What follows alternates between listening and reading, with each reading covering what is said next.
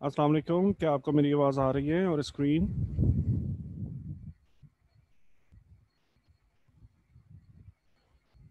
Good. अच्छा जी, आज का हमारा कैंडलस्टिक पैटर्न्स का पार्ट नंबर 2 है और आज कैंडलस्टिक पैटर्न्स हमारे कंप्लीट हो जाएंगे। बहुत कम जॉइनिंग्स हैं आज, पता नहीं कोई शायद इशू है। चलें, जब तक लोग ज्वाइन करते रहेंगे। आज के लर्निंग आउटकम के अंदर अगेन हाई प्रोबेबल कंटिन्यूशन और रिवर्सल कैंडलस्टिक पैटर्न्स को स्टडी किया जाएगा। उसके अलावा कॉन्टेक्चुअल रीडिंग जो आपको बताई थी लास्ट लेक्चर के अंदर, टग ऑफ वॉर, एक्चुअली जो असल में हमें जानने की ज़रूरत होती है कि टग ऑफ वॉर यानी कि बायर्स और सेलर्स के दरमियान में विनर कौन रहा। अल्टीमेट ट्रेडिंग यही है, जब आप इस चीज़ को पहचान जाते हो, जब टग ऑफ वॉर समझना शुरू कर देते हैं, आपको किसी भी कैंडलस्टिक पैटर्न को आप अच्छे से रीड कर सकते हैं और उसके अकॉर्डिंगली आप ट्रेडिंग आपकी और ज़्यादा एक्यूरेट हो जाती है। आज हम जो पैटर्न्स स्टडी करेंगे उनके अंदर hanging man, harami, kicker and star patterns हैं। आज हम स्टडी करने वाले हैं। स्टार्ट करते हैं जी। अगेन कैंडलस्टिक चार्ट पिछले क्लास के अंदर हम डिटेल के साथ डिस्कस कर चुके हैं, बट मैं चाहूँगा कि इन पॉइंट्स को दोबारा से हम रिपीट करें ताकि जो लोग अच्छे से नहीं समझ पाए वो भी अच्छे से समझ जाए, और जो लोग पहले देख चुके हैं एक मरतबा और रिपीट हो जाएगा तो अच्छे से ज़हन नशीन हो जाएगा। हम सबसे ज़्यादा कैंडलस्टिक चार्ट के ऊपर ही बात करेंगे और इसी के अंदर ही हम ट्रेड करेंगे। कैंडलस्टिक चार्ट की बात की जाए तो एक कैंडल हमें कुछ इस तरह की नज़र आ रही होती है, जिसके अंदर एक सेकंड जी, अब एकदम से ना, अब जॉइनिंग्स का प्लीज़ एक सेकंड।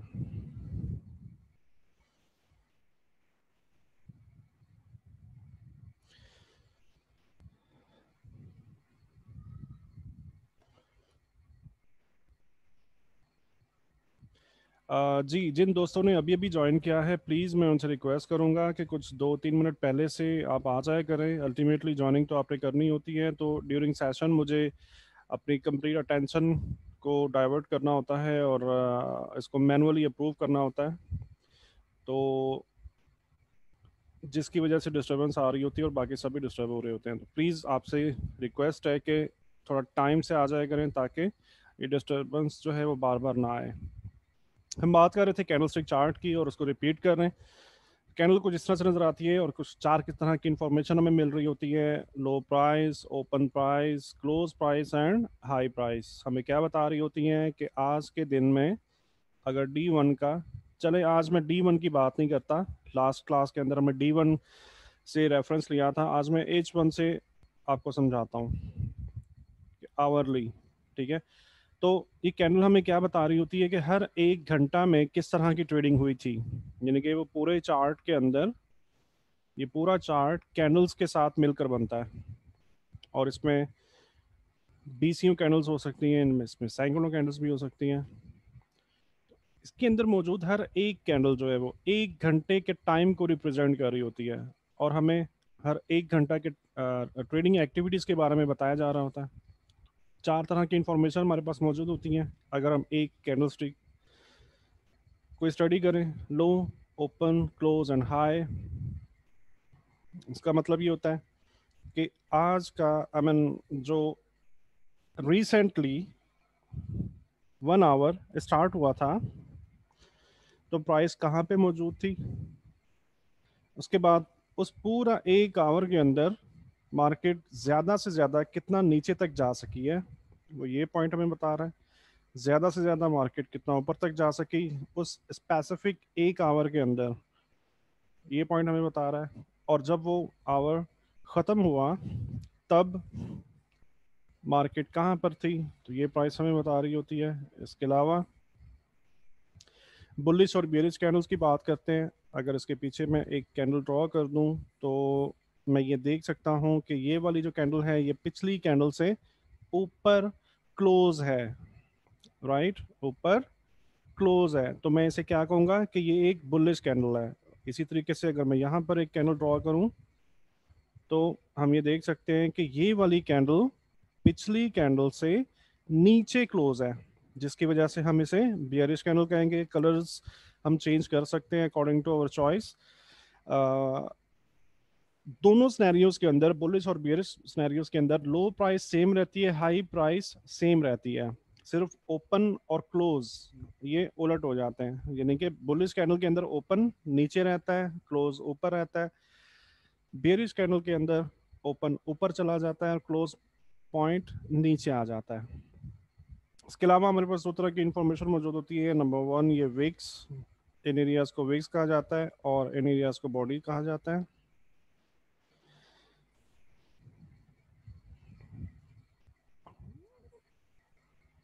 इन दोनों को हम लोअर विक कह सकते हैं, ठीक है। इनको हम लोअर विक भी कह सकते हैं, इनको हम अपर विक भी कह सकते हैं। इस तरह के अल्फाज भी आपको सुनने में मिल सकते हैं। इसके अलावा कैंडल की बॉडी, हम जो एनालिसिस कर रहे होते हैं ना, वो इन्हीं तमाम कैंडल्स के बिहेवियर को स्टडी कर रहे होते हैं। अब यहाँ पर इस स्लाइड के अंदर तो हमने जस्ट एक कैंडल को स्टडी किया है, लेकिन जब चार्ट के ऊपर देखते हैं ना, तो हम कैंडल्स को भी मिलाकर देख रहे होते हैं।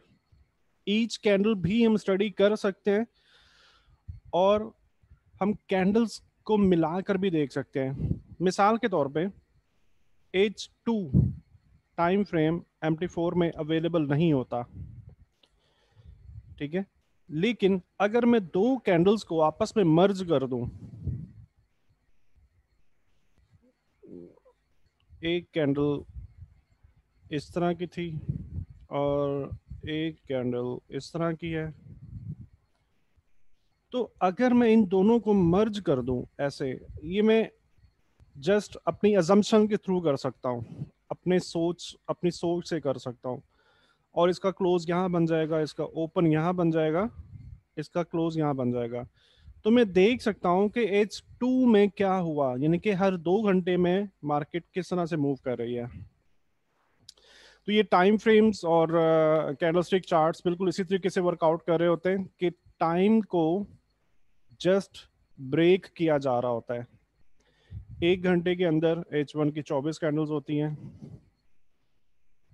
एक दिन के अंदर H1 की 24 कैंडल्स होती हैं।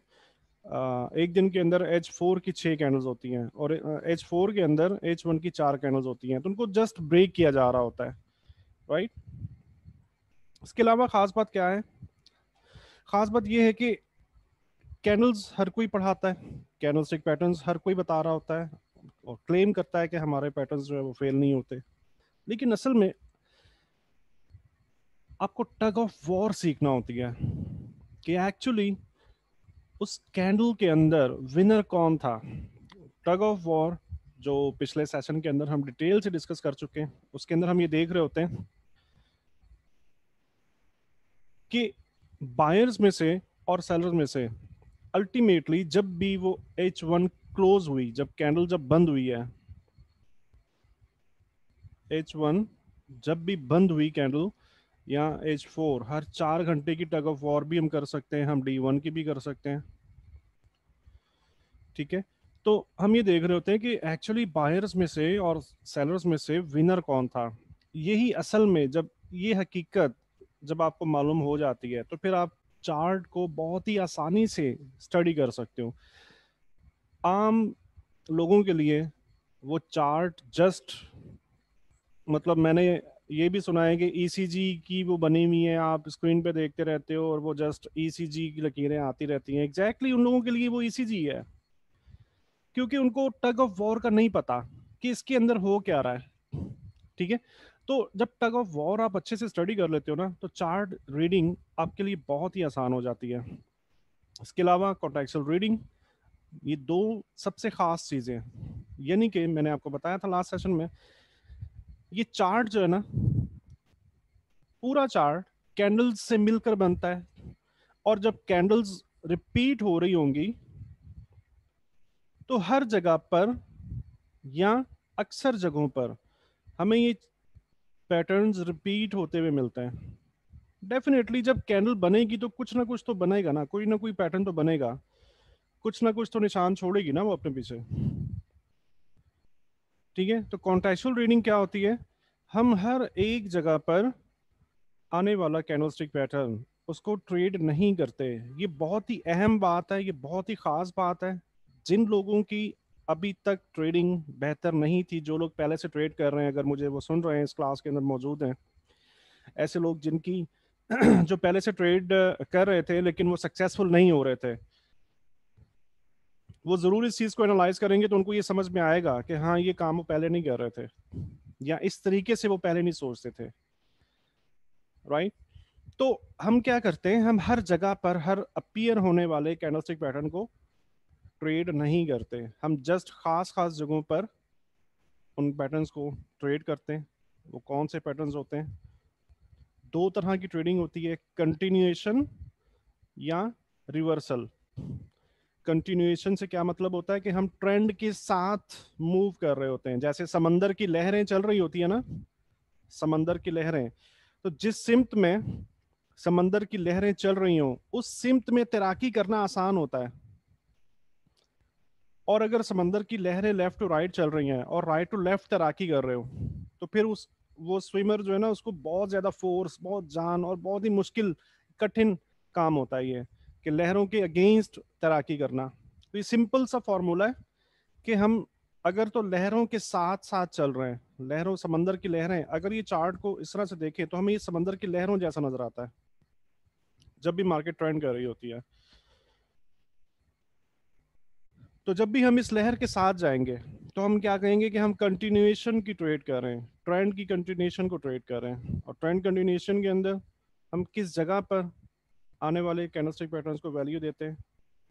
पुल बैक्स के ऊपर। इसके अलावा कहीं पर भी पैटर्न्स अभी अपीयर होंगे तो हम उनको वैल्यू नहीं देंगे। इसके साथ साथ मैंने आपको ये कहा कि पुल बैक्स पर हम इनको वैल्यू देते हैं, लेकिन पुल बैक कंप्लीट होने तक का वेट करना होता है। अब हम बात करते हैं कि पुल बैक कंप्लीट कहाँ पर होता है।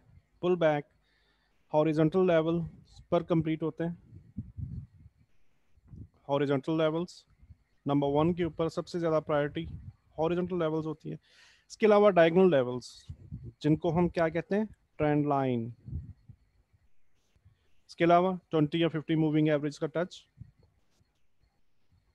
अगर आप चैनल इस्तेमाल कर रहे हो तो चैनल के बॉटम पे। ये तकरीबन तमाम चीज़ों का अगर कन्फ्लुएंस बना दिया जाए तो फिर ये बहुत ही एक्यूरेट ट्रेड मिल रही होती है। ठीक है, अगर एक ही जगह पर एक ही प्राइस लेवल के ऊपर आपको एक, आई मीन दो या दो से ज्यादा इंडिकेटर सेम डायरेक्शन का सिग्नल दे रहे हो, तो ये बहुत ही आउट क्लास ट्रेड होती है। इसमें असल होने के चांसेस बहुत ही कम होते हैं। तो जब भी मार्केट इस तरह का बिहेव कर रही होगी, हम कंटिन्यूएशन को ट्रेड करेंगे और आने वाले पैटर्न्स को हम जस्ट इन जगहों पर ही ट्रेड करेंगे, इसके अलावा किसी और जगह पर नहीं ट्रेड करेंगे।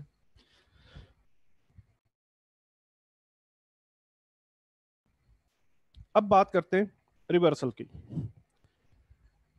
रिवर्सल से क्या मतलब है कि मार्केट किसी भी तरफ मूव कर रही थी, मैं समझाने के लिए आपको डाउन ट्रेंड बना रहा हूं, लेकिन रिवर्सल से मतलब ये किसी भी तरफ अप ट्रेंड भी हो सकता है, डाउन ट्रेंड भी हो सकता है। तो समझाने के लिए मैं डाउन ट्रेंड बना रहा हूँ। डाउन ट्रेंड में मार्केट मूव कर रही थी और अब स्ट्रॉन्ग लेवल तक पहुंच चुकी है, तो हम रिवर्सल ट्रेड से क्या मतलब है कि हम एंटी साइड, लहरों के अगेंस्ट, अब हम इसको ट्रेड करेंगे। लहरों के अगेंस्ट एक्चुअली उस वक्त ट्रेड करते हैं जब ये पहली लहर बन जाती है और कंफर्म हो जाती है, तब इसको ट्रेड करना और ज्यादा सेफ होता है।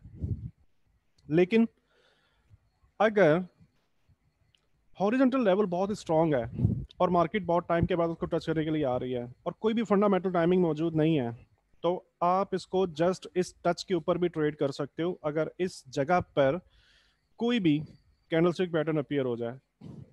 राइट? तो इसे कहा जाता है रिवर्सल ट्रेडिंग।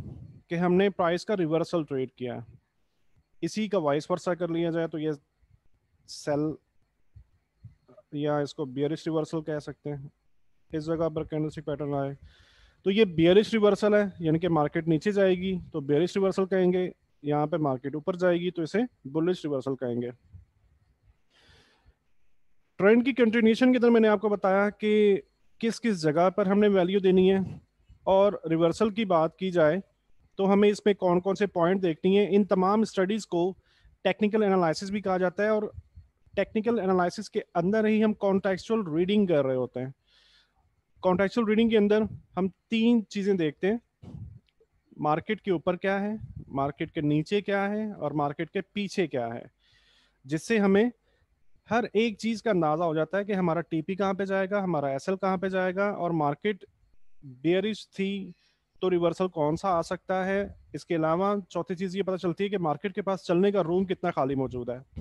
मिसाल के तौर पे अगर कोई लेवल यहाँ पर मौजूद है, स्ट्रॉन्ग लेवल की बात कर रहा हूँ, छोटे मोटे लेवल आते रहते बीच में, राइट, तो मार्केट यहाँ पे है, जस्ट इस जगह पर मौजूद है। तो जब हमने कॉन्ट्रेक्चुअल रीडिंग की तो हम ये देख सकते हैं कि मार्केट के ऊपर क्या हो सकता है, रेजिस्टेंस अगर है तो कितना दूर है। हमने देख लिया कि मार्केट के ऊपर इतनी स्पेस पड़ी हुई है, इसका ये मतलब है कि हम फिर रिवर्सल ट्रेड नहीं करेंगे, हम कंटिन्यूएशन को ट्रेड करेंगे, क्योंकि प्राइस के पास मूव करने के लिए इतना रास्ता खाली पड़ा हुआ है। ओके, रिवर्सल सिर्फ उस वक्त ट्रेड किया जाता है जब मार्केट स्ट्रॉन्ग लेवल तक पहुंच चुकी हो।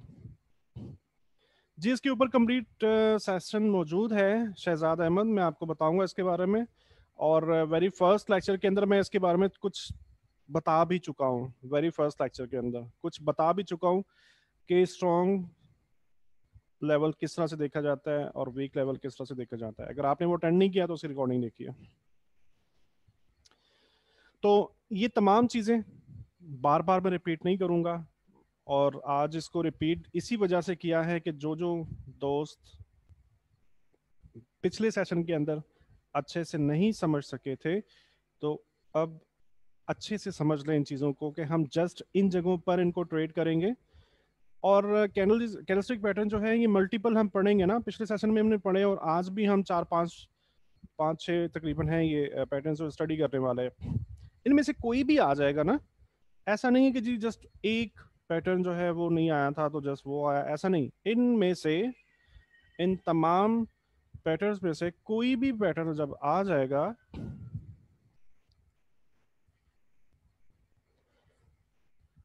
तो हम इन्हीं जगहों पर उनको वैल्यू देंगे और ट्रेड भी करेंगे।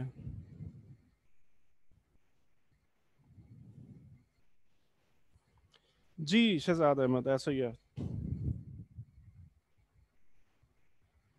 हाँ, राना फैजी देखे, रिप्लाई भी कर दिया, उनको याद है इसका मतलब, राना फैजी को। ठीक है जी, प्लीज स्टॉप चैटिंग, और हम सेशन के बाद इंशाल्लाह जो भी सवाल है मैं उसको आंसर करूंगा। चलिए जी, आज का पहला कैंडलस्टिक पैटर्न, हैंगिंग मैन। अब से पहले तक हमने जितने भी पैटर्न्स पढ़े थे ना, उनमें से कुछ single pattern, single candlestick pattern था जो कि एक सिंगल कैंडल के ऊपर अपीयर हो रहा था। उसके बाद हमने कुछ पैटर्न्स स्टडी किए थे जो दो कैंडल्स के साथ मिलकर बने थे। अब हम जो स्टडी करने वाले हैं ये तीन कैंडल्स के साथ मिलकर बनते हैं। खास बात यह है कि पिछले सेशन के अंदर मैंने आपको बताया था कि अगर आपको कंफर्मेशन चाहिए हो ना, या अगर आपको कंफर्म मतलब आप जिस तरफ सोच रहे हो, ये बेहतर होता है कि उस डायरेक्शन के अंदर आपको कंफर्मेशन मिल जाए। तो कंफर्मेशन का वेट करना ऑलवेज बेहतर होता है। यानी कि अगर हमें हैमर मिल रहा था, या इन्वर्टेड हैमर मिल रहा था, या स्पिनिंग टॉप मिल रहा था, तो उसकी अगली कैंडल किस जगह पर क्लोज हो रही है वो भी हमें एक तरह का इशारा दे रही होती है कि हम जो सोच रहे हैं, जो केस बिल्डिंग कर रहे हैं, हम सही सोच रहे हैं या गलत सोच रहे हैं। और इसी वजह से पेंडिंग ऑर्डर लगाया जाता है ताकि अगर कुछ भी गलती कर रहे हैं तो इस चीज से बचा जाए, नुकसान का कम से कम अजाला हम कर सकते हैं। अच्छा जी, हैंगिंग मैन आज का पैटर्न ये 3 कैंडल्स के साथ मिलके बनता है और हैंगिंग मैन कुछ इस तरह से नजर आता है। इसके अंदर क्या हो रहा होता है, बहुत ही अच्छा, ये रिवर्सल पैटर्न है, ठीक है। कॉन्टिन्यूशन के अंदर भी किसी वक्त आता है, बट रिवर्सल पैटर्न जो है, एज अ रिवर्सल ये बहुत अच्छे से काम कर रहा है। अगर हम रिवर्सल की बात करने जा रहे हैं तो इसका मतलब है कि हमें बुलिश ट्रेंड चाहिए कि प्राइस के पीछे क्या है, इसे क्या मतलब है। कॉन्टेक्चुअल रीडिंग सबको याद है ना, मतलब मैं उसको पूरा रिपीट करूं या नहीं करूं, मैंने जस्ट कुछ पॉइंट्स बता दिए, उसको पूरा रिपीट करने की जरूरत है कॉन्टेक्चुअल रीडिंग को।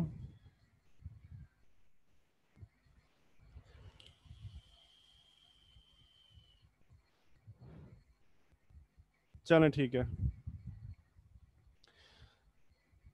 तो इसके लिए सिग्निफिकेंटली राइजिंग प्राइस चाहिए होती है। राना फैजी कह रहे हैं रिपीट कर दें, चले मैं थोड़ा तेजी से बता देता हूँ। वैसे आप रिकॉर्डिंग देखेंगे तो उसके अंदर डिटेल से बताया हुआ पिछले सेशन की। इसके अंदर 3 चीजें देखी जाती हैं। 3 चीजों में क्या क्या होता है कि प्राइस के ऊपर क्या है, प्राइस के नीचे क्या है, प्राइस के पीछे क्या है, प्राइस के ऊपर क्या हो सकता है, रेजिस्टेंस। तो हमें ये देखना होता है, मिसाल के तौर पे मार्केट यहाँ पर मौजूद है, इस जगह पर मार्केट मौजूद है, तो हमें ये देखना होता है कि इसके ऊपर क्या है, रेजिस्टेंस ही होगा, कुछ और तो नहीं हो सकता। अगर है तो इस मार्केट से कितना दूर है, ठीक है, क्या मार्केट इस रेजिस्टेंस तक रीच कर चुकी है या अभी फासला मौजूद है। और इसके अंदर हम क्या देख रहे होते हैं कि मार्केट के पास चलने के लिए कितना रूम खाली है। इसके अलावा प्राइस के नीचे क्या है, नंबर 2 पॉइंट,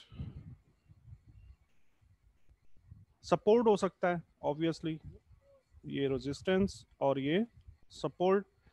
तो हम ये देख रहे होते हैं कि सपोर्ट है या नहीं है, अगर है तो कितना दूर है। उसके अलावा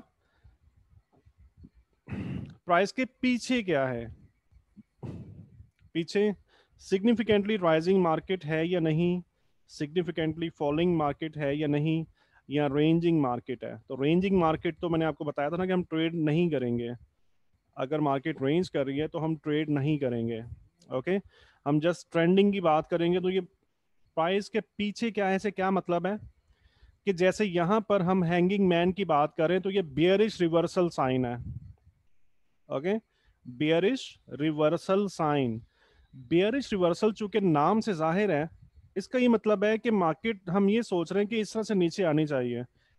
अब इसकी tug of I mean contextual reading देखें, अगर रिवर्सल की बात कर रहे हैं और बेरिश की बात करें तो प्राइस के पीछे क्या है में हमें सिग्निफिकेंटली बुलिश मार्केट नजर आनी चाहिए। कितनी कैंडल्स के अंदर, 10 से 15 कैंडल्स के अंदर। अगर 10 से 15 कैंडल्स के अंदर राइजिंग मार्केट नहीं है, तब हम किसी भी साइन को रिवर्सल के लिए ट्रेड नहीं करेंगे, राइट। तो रिवर्सल के लिए ऑलवेज हमेशा ये 3 चीज़ों का ख्याल लाजमी रखें। अगर आपको अपने पैसे से प्यार है तब, मैंने बहुत से मतलब पिछले बैचेस के अंदर मेरे साथ ये एक्सपीरियंस हुआ, मैंने बहुत दिमाग खपाया उनके साथ, बहुत टाइम किया, 50 दफ़ा चीज़ों को रिपीट किया, लेकिन अल्टीमेटली वो वही कर रहे थे जो, जब प्रैक्टिस क्लास के अंदर आते हैं ना तो मुझे अंदाजा हो जाता है कोई बंदा कितना मेरी चीज़ों को पिक कर रहा है और कितना नहीं पिक कर रहा, और कौन ऐसा बंदा है जो अपनी पहले वाली प्रैक्टिस को ही रिपीट किया जा रहा है। तो मैं ये देख रहा था कि वो पहले की जो प्रैक्टिस थी हमारे पास आने से पहले, जो कुछ भी उन्होंने पहले देखा, जो भी उनका एक्सपीरियंस था, वो जस्ट उसी को रिपीट करे जा रहे हैं, ठीक है। तो यही गलतियां होती हैं। तो अगर आपको अपने कैरियर से प्यार है, अपने पैसे से प्यार है, तो इन चीज़ों का लाजमी ख्याल रखना है आपने। अगर इन तीनों चीज़ों में से कोई भी पॉइंट वैलिड नहीं है तो आप ट्रेड नहीं करोगे, आप वेट करोगे जब तक मार्केट इन तीनों पॉइंट्स के ऊपर क्वालिफाई करेगी, उसके बाद आप ट्रेडिंग के लिए सोचोगे। ठीक है जी, that is called contextual reading, जिसके हम 3 पॉइंट देखते हैं। तो प्राइस के पीछे क्या है, इसे क्या मतलब है कि बुलिश या राइजिंग, बियरिश या फॉलिंग मार्केट होनी चाहिए 10 से 15 कैंडल्स के अंदर। बात कर रहे थे हम हैंगिंग मैन की, ये बियरिश रिवर्सल पैटर्न है। इसके लिए हमारे पास बैकग्राउंड में राइजिंग मार्केट होनी चाहिए सिग्निफिकेंटली। देखें, इसके अंदर 2-3 चीजें हो सकती हैं। ये मैंने एक लाइन ड्रॉ की है, कोई मुझे ये बता सकता है कि इस लाइन का एंगल क्या है? जल्दी जल्दी बता दें, मैं और ज्यादा डीपली आपको इस चीज के बारे में बताना चाहता हूँ। इस लाइन का एंगल क्या है? अंदाजे से, कोई राइट नहीं कि आप डी लगाओगे और भले गलत आंसर करें, कोई इशू नहीं है। एग्जैक्टली करीब करीब 45। ठीक है, मोहम्मद वसीम 60 भी नॉट नॉट बैड है। मोहम्मद उस्मान, मतलब आपने ट्राई तो किया ना, सोचा तो सही इस चीज के ऊपर, रिप्लाई तो किया, तो ये अच्छी बात है। करीब करीब 45। अच्छा, अगर मैं इस तरह से एक ट्रेंड बना दूं तो ये हम देख सकते हैं, ये बहुत ही शार्प एंगल है, बहुत ही शार्प है ये एंगल। मतलब ये 80 या 75 80 के करीब बनता है ये एंगल। अगर मैं इस तरह से एक लाइन बना दूं तो ये ट्रेंड, अच्छा, ये तीनों की तीनों ट्रेंड है, ये तीनों की तीनों अप ट्रेंड है। ठीक है, तीनों के तीनों अप ट्रेंड है, लेकिन हमें इसका एंगल भी देखना है कि ये किस एंगल पर मूव कर रहे हैं, जिससे हमें ये अंदाजा हो जाता है कि ये बहुत ही शार्प एंगल है। इसका मतलब है कि इसके अंदर कुछ ना कुछ फंडामेंटल लाजमी इन्वॉल्व है, और ऐसे एंगल को ट्रेड करना कदरे मुश्किल होता है। इसके अलावा अगर इस एंगल की बात की जाए, 10-15 का एंगल करीब करीब बनता है, तो ये बहुत ही लेजी है, तो ये अप ट्रेंड ही है।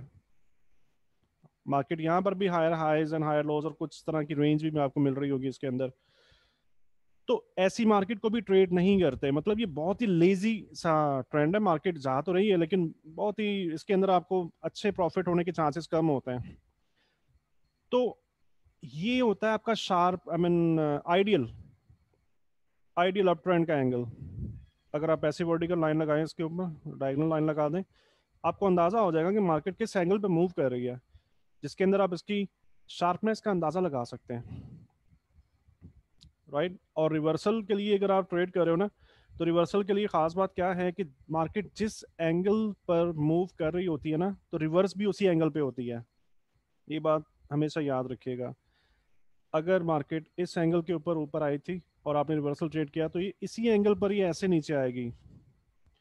अगर ये 45 के एंगल पे जा रही है, तो ऐसे ही 45 के एंगल पर ये नीचे आएगी। अगर ये शार्पली ऊपर जा रही है ना ऐसे, तो ये शार्पली नीचे आ जाएगी एकदम, अगर रिवर्सल ही सक्सेसफुल हुआ तो होता क्या है, जो प्राइस के पीछे क्या है, ऐसे क्या मतलब है, जो सिग्निफिकेंटली राइजिंग या फॉलिंग प्राइस है, हमें क्या देखना होता है, मार्केट का एंगल क्या है, ये भी आपको अंदाजा लगा रहा होता है कि ये आइडियल एंगल है या नहीं है। इसका ये मतलब है कि ये बिल्कुल ही नेचुरल वे के अंदर मूव हो रही है, इसके अंदर बाइंग भी हो रही है, प्रॉफिट टेकिंग भी हो रही है, बाइंग भी हो रही है, प्रॉफिट टेकिंग भी हो रही है। इस तरह के एंगल आइडियल चीजें बहुत कम मिलती हैं, उनके लिए वेट करना पड़ता है, लेकिन जब वो मिलती हैं तो फिर बहुत अच्छा प्रॉफिट दे के जाती हैं। इसके साथ साथ इसके अंदर रेंज नहीं होनी चाहिए। रेंज से क्या मतलब है कि अगर हम 10 से 15 कैंडल्स का बैकग्राउंड देख रहे हैं, तो 2 से 3 कैंडल्स मैक्स तक रेंज होनी चाहिए। ठीक है, इससे ज्यादा अगर रेंज होगी तो ये आइडियल बैकग्राउंड नहीं कहलाएगा। काम ये भी करेगा, मैंने आपको बताया ना, मार्केट खा इस एंगल पे थी, खा इस एंगल पे थी, या खा इस एंगल पे थी, काम तीनों करेंगे। ऐसा नहीं है कि ये फेल है, काम तीनों करेंगे, लेकिन इनकी रिवर्सल जो है ना, ये भी इसी तरीके से होंगे। कभी कभी ऐसा भी होता है, मार्केट रेंज करती है या बहुत ही डाउन एंगल्स के साथ अप ट्रेंड या डाउन ट्रेंड बना रही होती है, और एकदम से शार्प मूव आती है। मैं आपको फंडामेंटल के लेक्चर के अंदर बताऊंगा कि ऐसा क्यों होता है। तो सिग्निफिकेंटली राइजिंग मार्केट के अंदर आपको रेंज नहीं मिलनी चाहिए, राइजिंग प्राइस चाहिए इसके लिए। उसके बाद मार्केट किसी रेजिस्टेंस तक पहुंच चुकी होती है, करेक्ट। मिसाल के तौर पे D1 टाइम फ्रेम की हम बात कर रहे हैं, मार्केट ऊपर आ रही थी और चूंकि रेजिस्टेंस स्ट्रांग है, जिस तरह से हम ये बात जानते हैं कि ये स्ट्रांग क्या होता है, वीक क्या होता है, ऐसे ही प्रोफेशनल हमसे बहुत अच्छे तरीके से ये बात जानते हैं और उनको ये पहले से पहले पता होता है क्या हम इस लेवल को तोड़ सकते हैं या नहीं तोड़ सकते। यानी कि अगर उनकी बाइंग बहुत कम ऑर्डर्स के साथ चल रही है तो उनको पहले से पहले अंदाजा होता है कि हम ऊपर आने वाले रेजिस्टेंस लेवल को ब्रेक नहीं कर सकेंगे। ये पेंडिंग ऑर्डर्स की एक गेम होती है जो मैं आपको लिक्विडिटी के लेक्चर के अंदर डिटेल में बताऊंगा, पूरा लेक्चर डिजाइन किया हुआ है उसके लिए। तो होता क्या है कि ये लोग जब मार्केट इस लेवल तक रीच कर जाती है ना, तो ये लोग फिर प्रॉफिट टेकिंग करते हैं, जैसा कि ये वाली विक हमें बता रही है। ये विक हमें क्या बता रही है, राइजिंग मार्केट के साथ अगर मार्केट ऊपर आई है तो इसकी विक्स इतनी बड़ी बड़ी, अपर विक इतनी बड़ी नहीं बननी चाहिए। ये अपर विक इतनी बड़ी बनना हमें ये बता रही है कि बायर्स तो हैं लेकिन ये लोग निकलते भी जा रहे हैं मार्केट से। क्या वजह निकलने की, क्योंकि मार्केट एक स्ट्रॉन्ग रेजिस्टेंस तक पहुंच चुकी है। इसके बाद ये दिन खत्म हो जाता है, मार्केट यहाँ पे क्लोज होती है, दूसरा दिन स्टार्ट होता है। दूसरे दिन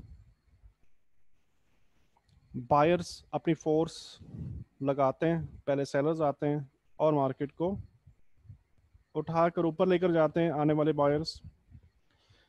खास बात क्या है यहाँ पर, खास बात यह है कि इन बायर्स में इतनी ज्यादा ताकत मौजूद नहीं होती कि अगेन दूसरे दिन भी इनको ऐसा नहीं लग रहा कि इस सपोर्ट को, रेजिस्टेंस को तोड़ पाएंगे। और दूसरा दिन फुल ऑफ बाइंग क्लोज होता है, जिसके अंदर हमें हैमर नजर आ रहा है। दूसरे दिन के अंदर हमें हैमर नजर आ रहा है, ठीक है। ये पूरी की पूरी टग ऑफ वॉर जो है, आप मैं समझाने के लिए अब यहाँ पे D2 इस्तेमाल कर रहा हूँ, यानी कि दूसरा दिन, ठीक है, और ये तीसरा दिन स्टार्ट हो रहा है। आप इसको H1 में भी इस्तेमाल कर सकते हो, अगर आप H1 में देखते हो चार्ट को। तीसरा दिन स्टार्ट होता है तो चूंकि बायर्स ऑलरेडी प्रॉफिट टेकिंग कर चुके हैं, इस जगह पर दूसरे दिन के अंदर जो बायर्स ने बाइंग की है, अगर ये बहुत अच्छे बायर्स होते, अगर ये बहुत ज्यादा पावरफुल बायर्स होते हैं या बहुत बड़े बड़े ऑर्डर्स के साथ आते हैं, तो इनको लाजमी ये लेवल ब्रेक कर जाना चाहिए था, करेक्ट। हम ये देख रहे हैं कि लेवल ब्रेक नहीं हुआ। इसी बात का फिर सेलर्स फायदा उठाते हैं। उनको पता है कि बायर जो है ना वो वीक पावर के साथ है, इनके पास बहुत बड़े बड़े ऑर्डर्स नहीं है। अगर हम इनसे सेलिंग के ऑर्डर लगाते हैं यहाँ पे तो मार्केट हमारे अगेंस्ट नहीं जाएगी, जिससे क्या होता है, तीसरे दिन मार्केट नीचे आ जाती है। और ये तीसरी कैंडल जो होती है ना, ये इस टग ऑफ वॉर को कंफर्म कर रही होती है कि वाकई में बायर्स मार्केट से निकल चुके हैं, अब प्रॉफिट टेकिंग करके अपने ऑर्डर क्लोज कर चुके हैं, अब और ज्यादा बाइंग होने वाली नहीं है, करेक्ट।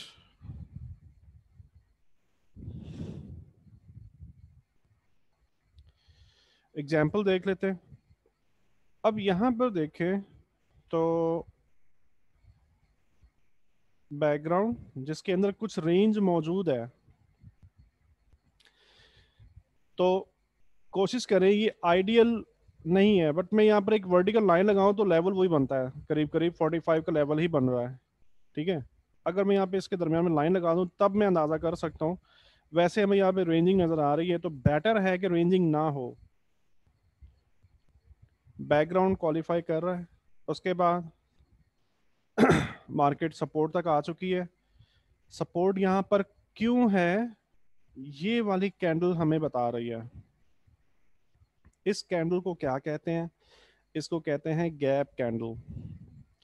गैप कैंडल क्या होती है, अभी फिलहाल आप इतना समझ लो कि इसको गैप कैंडल कहा जाता है। और स्ट्रॉन्ग लेवल जो होते हैं ना, सपोर्ट या रेजिस्टेंस स्ट्रॉन्ग वाले, वो इसके अंदर कहीं पर छुपे हुए होते हैं, इस गैप कैंडल के अंदर कहीं पर छुपे हुए होते हैं। ओके, अभी तक के लिए इतना समझ लें, गैप कैंडल के लिए पूरा लेक्चर डिजाइंड है। मैं आपको इस लेक्चर में डिटेल से बताऊंगा कि किस तरह से, मतलब जिस दिन ये लेक्चर आएगा, 7वां लेक्चर आई थिंक, तो आपको एस आर लेवल्स के मुतालिक तमाम क्वेश्चंस क्लियर हो जाएंगे, मार्केट लिक्विडिटी के मुतालिक कहाँ तमाम क्वेश्चंस आपके क्लियर हो जाएंगे। तो इससे साबित होता है कि इस गैप कैंडल के अंदर ये लेवल मौजूद था। ओके, हमने देखा कि मार्केट के ऊपर क्या है, तो हमने ये देखा कि मार्केट स्ट्रॉन्ग लेवल तक पहुंच चुकी है। उसके बाद हमने मार्केट के नीचे देखना है कि मार्केट के प्राइस के नीचे क्या है। तो नीचे रेजिस्टेंस हमें कहाँ पे मिल रहा है, यहाँ पे मिल रहा है, ये रेजिस्टेंस है करीब करीब, यहाँ पर भी है, और ये अगेन ये गैप कैंडल है जो हमें ये बता रही है कि यहाँ पर एक लेवल मौजूद है। ठीक है, ये होगी कॉन्ट्रेक्चुअल रीडिंग। उसके बाद ये पैटर्न कैसे वर्क कर रहा है ये देखें, इन तीनों कैंडल्स को मिलाकर देखें तो हमें ये पैटर्न यहाँ पे मिल रहा है बिल्कुल रेजिस्टेंस के ऊपर। और गौर से देखें तो ये रेजिस्टेंस ब्रेक नहीं हुई है, करेक्ट। अच्छा, अब ये चार्ट किसी खास वजह से मैंने यहाँ पे प्रेजेंट किया है, ये तो समझ में आ गया ना, एग्जाम्पल देख लिया आपने कैसा दिखता है, टग ऑफ वॉर क्या है, यहाँ तक समझ में आ गया सबको।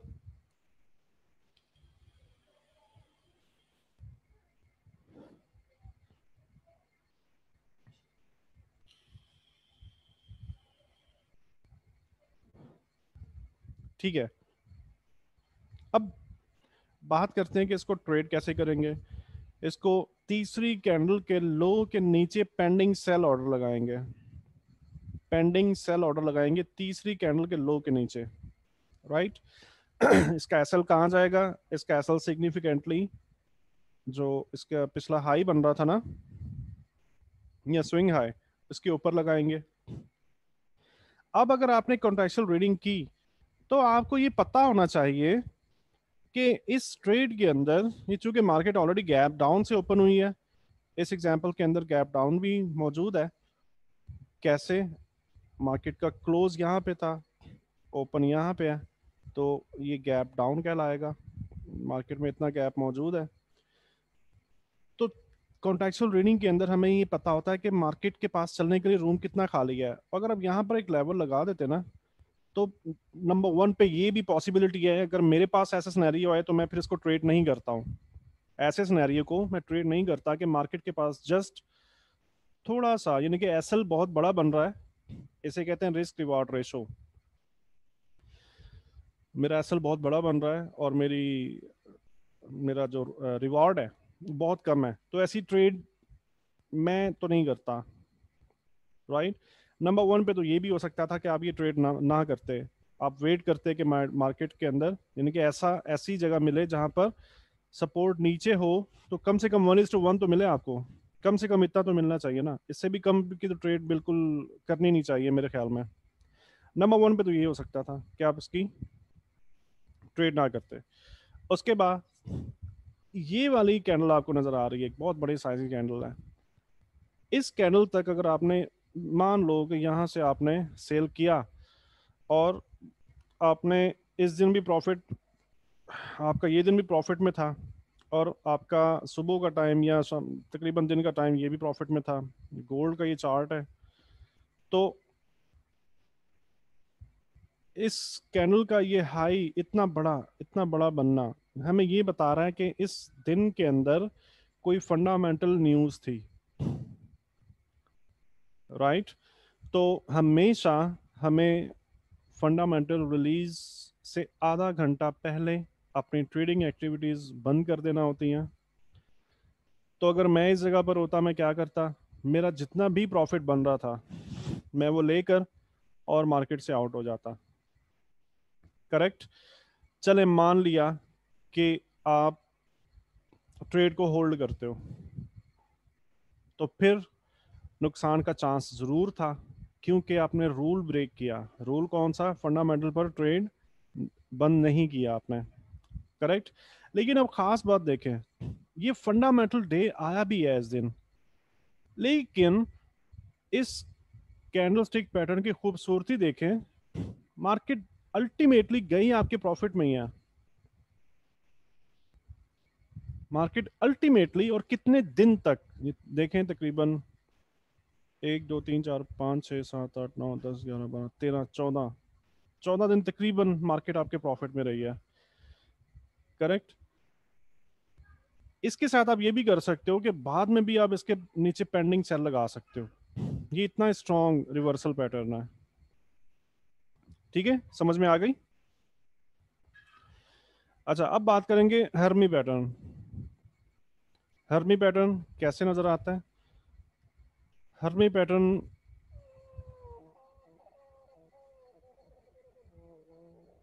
नहीं नहीं, वो बायर ने विन किया है।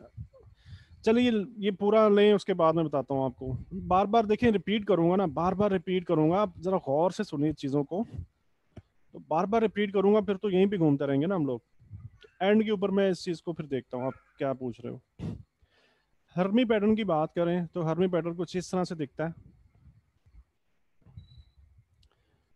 जिसको, ये एक जापानीज वर्ड है हर्मी, ये जापानी लैंग्वेज का वर्ड है, जिसका मतलब है प्रेग्नेंट वुमेन। ये प्रेग्नेंट वुमेन की पेट की तरह ये दिख रहा होता है। आसानी के साथ आप इसको समझना चाहो तो, इंगल्फिंग हमने पढ़ी थी लास्ट सेशन के अंदर, उसको उल्टा कर दोगे ना तो हर्मी पैटर्न बन जाता है। इंगल्फिंग में क्या हो रहा था? पिछली कैंडल छोटी थी और अगली कैंडल बड़े साइज की थी, जो कि पिछली कैंडल को कंप्लीटली इंगल्फ कर रही थी। अगर मैं इसी कैंडल को उठा के इसके पीछे लगा दूं तो ये हर्मी बन जाएगा, ठीक है। समझो ये यहाँ पे नहीं है, तो ये हर्मी पैटर्न बन जाएगा। हर्मी पैटर्न की खास बात क्या है कि ये गैप के साथ ओपन होता है। गैप आपको बता चुका हूँ, फॉरेक्स मार्केट के अंदर रोजाना नहीं लगते, स्टॉक मार्केट के अंदर रोजाना लग सकते हैं। ये मुमकिन है कि रोजाना भी आ जाएं, ये मुमकिन है ऑल्टरनेट डे पे भी आ जाएं, ये मुमकिन है तीसरे दिन भी आ जाएं और वीकली भी आ जाएं। स्टॉक मार्केट में ज्यादातर गैप लग रहे होते हैं। फॉरेक्स मार्केट के अंदर गैप सिर्फ उस वक्त आता है जब सैटरडे और संडे वाले दिन मार्केट बंद होती है ना, और उन 2 दिनों के अंदर कोई ऐसी बड़ी न्यूज आ जाए, तब मंडे वाले दिन मार्केट जब ओपन होती है तो एक गैप के साथ ओपन होती है। हर्मी पैटर्न दोनों तरह के हो सकते हैं, बुलिश भी और बियरिश भी।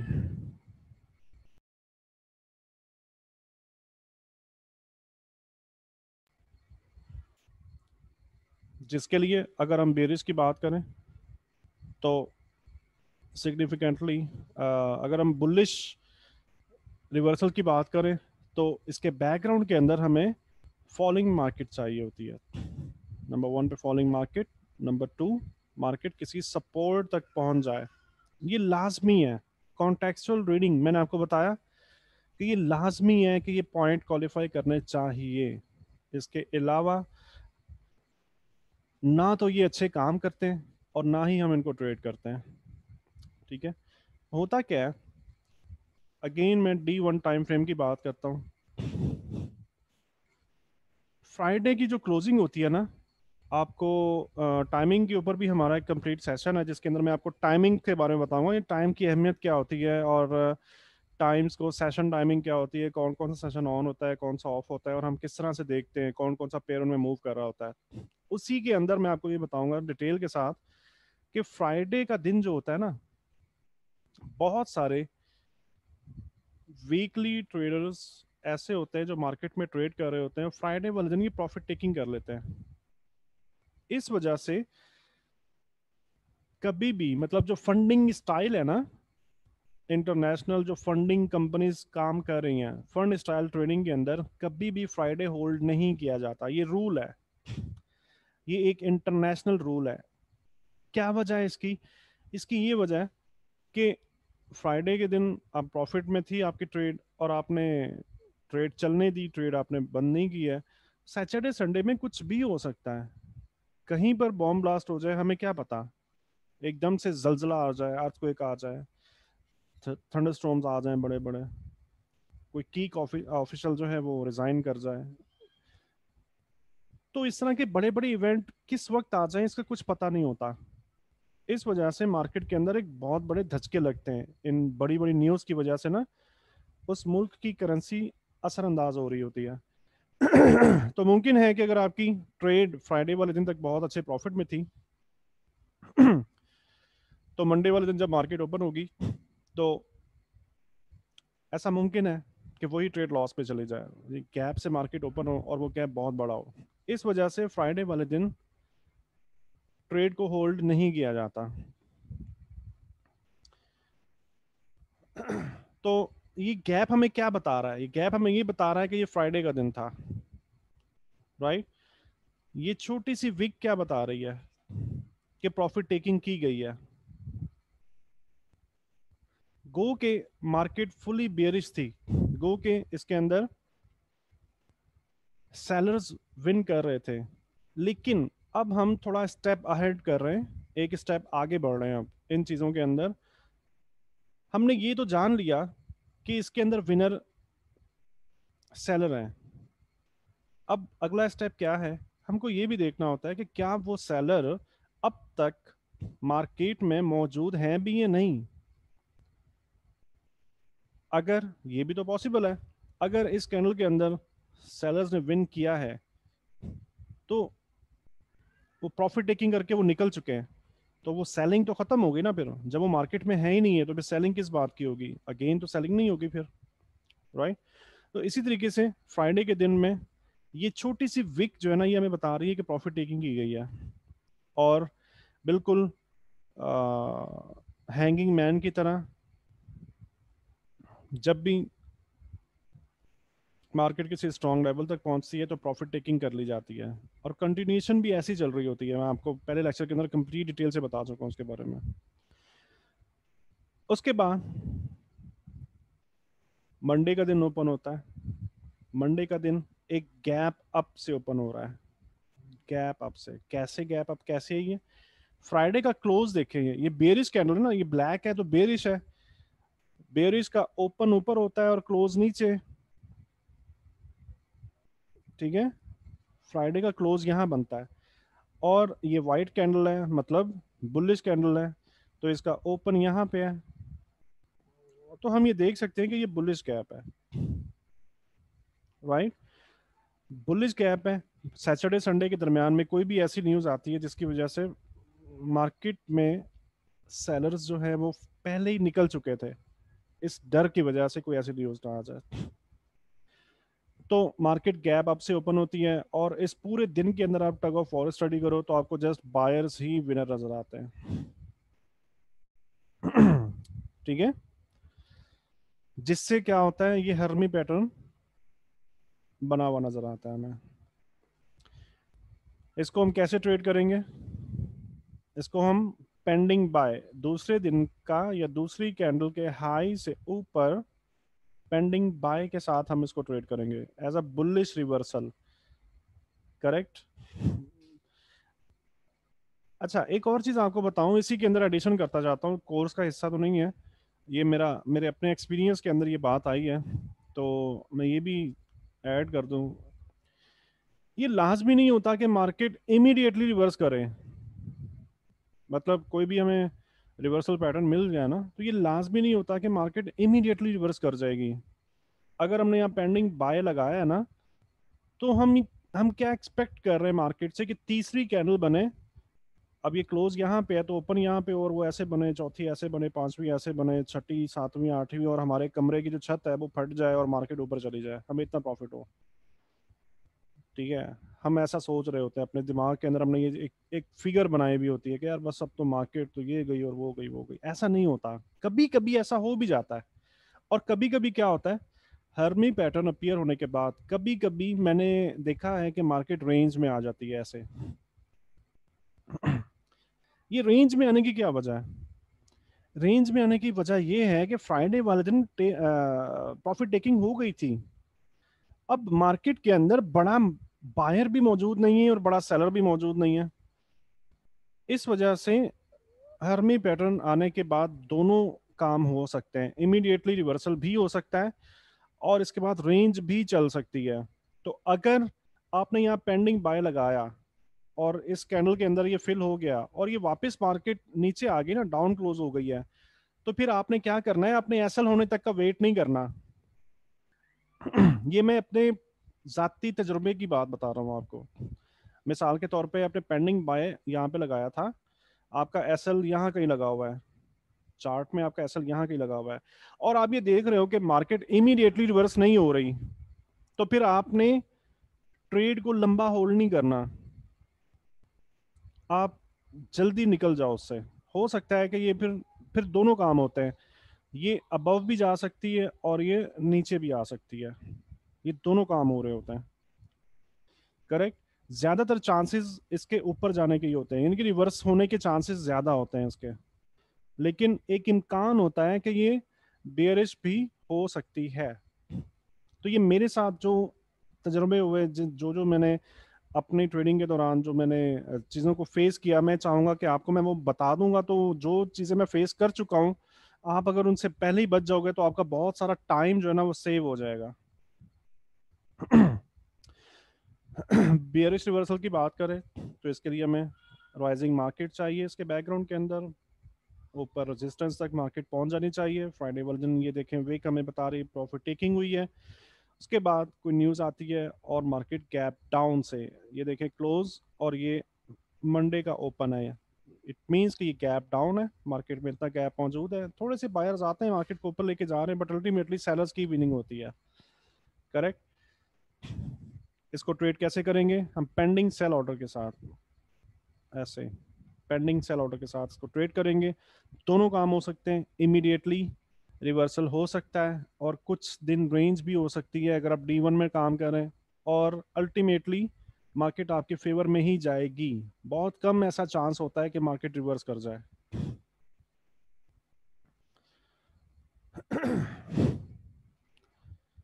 अच्छा जी,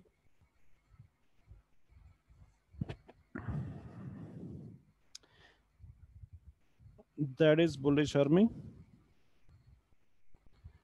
अब ये देखें, ये चार्ट से ली गई पिक्चर है, पॉन्ड यूएसडी का चार्ट है, डेली टाइम फ्रेम। पहली कैंडल जो है इसका क्लोज यहाँ पे है, अगली कैंडल का ओपन यहाँ पे, इट मींस ये बुलिश गैप है, राइट, बुलिश गैप है। और इस पूरे चार्ट को देखें तो हमें क्या नजर आ रहा है?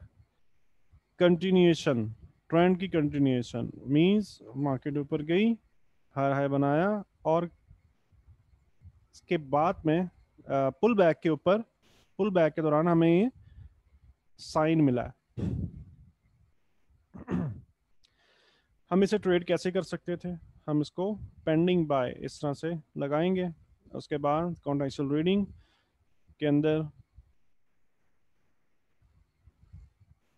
कंटिन्यूएशन के अंदर आपको बताया पुल बैक के ऊपर, ठीक है, साइन बिल्कुल अपीयर हो रहा है। उसके बाद प्राइस के ऊपर क्या है, प्राइस के नीचे क्या है, हमें देखना होता है। ऊपर ये रहा रेजिस्टेंस, और नीचे ये देखो, ये भी गैप आ रहा है और ये भी गैप आ रहा है, इसके बाद ये भी एक गैप आ रहा है, और इनमें से कोई भी गैप बार नहीं है। तो हम जो नीचे का सपोर्ट निकालेंगे ना, तो वो किसी भी गैप बार को इस्तेमाल करते हुए निकाल सकते हैं। ये सपोर्ट तो चूंकि बहुत ही करीब बन जाता है, ठीक है, ये तो इतना करीब है कि, तो हम इस वाली गैप बार का इस्तेमाल करते हुए सपोर्ट निकालते हैं और एसएल प्लेस करते हैं। ये लाइन अगर मैं लगाऊं सीधी, तो तकरीबन यहाँ तक आती है, ठीक है। अब इसको पेंडिंग बाय कर के साथ आप ट्रेड करोगे। देखो, इस दिन के बाद कुछ रेंज चली है मार्केट में, ठीक है, रेंज चली है और अल्टीमेटली हुआ टीपी है, ठीक है, बट थोड़ी दिन आपको वेट करना पड़ा, आपकी साइकोलॉजी का इम्तिहान लिया है मार्केट ने। उसके बाद मार्केट ने पुल बैक दिया, अगेन पुल बैक दिया, और मार्केट मतलब ये लंबे, जब ये डेली टाइम फ्रेम में आते हैं ना तो फिर तो ये बहुत लंबी चलती हैं ट्रेडें, बहुत ही लंबी चलती हैं। ठीक है, समझ में आ रहा है जी? अच्छा जी, बेरी शर्मी देखें, सिग्निफिकेंटली राइजिंग मार्केट, इस तरह का ये बैकग्राउंड आइडियल होता है। ठीक है, इस तरह का आइडियल बैकग्राउंड होता है जिसके अंदर रेंज नहीं मिल रही है हमें बहुत, ये कंसीडर नहीं होगी ये वाली रेंज।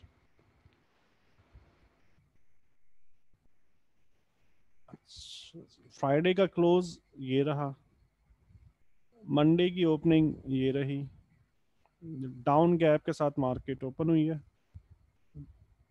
जिसके बाद इसको पेंडिंग सेल ऑर्डर के साथ हमें ट्रेड करना था। तीसरे दिन के करीब तीसरे दिन के करीब हमें हमारा ऑर्डर फिल हो जाता है इस कैंडल के ऊपर, और उसके बाद कुछ दिन, 3 दिन और रेंज चली है और मार्केट अल्टीमेटली आपके प्रॉफिट में आई है। इस तरीके से हम इन पैटर्न्स को अच्छे से ट्रेड कर सकते हैं। कोई सवाल बेरी शर्मी के बारे में?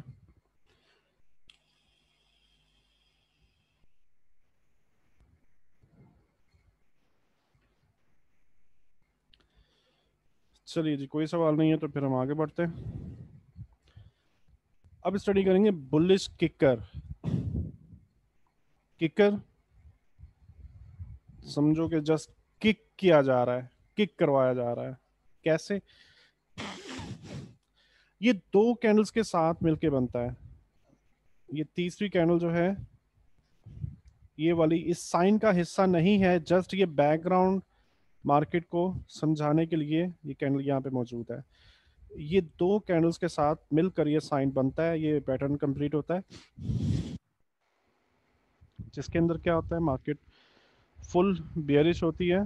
बियरिश होने के बाद किसी सपोर्ट तक पहुंचने के बाद ये इतनी बड़ी विक का बन जाना अल्टीमेटली हमें क्या बता रहा है कि बहुत ज़्यादा प्रॉफिट टेकिंग हुई है, बहुत ज़्यादा प्रॉफिट टेकिंग हुई है, राइट। और इसी प्रॉफिट टेकिंग के दौरान कुछ बायर्स भी ऐड हुए हैं। सिर्फ और सिर्फ जो प्रॉफिट टेकिंग होती है ना, उसमें रिवर्सल नहीं आते, उसमें जस्ट पुल बैक्स होते हैं। और अगर उस प्रॉफिट टेकिंग के दौरान बायर्स भी ऐड हो जाएं, तब रिवर्सल में वो पुल बैक रिवर्सल में कन्वर्ट हो जाता है। इसकी पूरी स्टोरी टग ऑफ वॉर में आपको पहले लेक्चर के अंदर डिटेल से समझा चुका हूँ।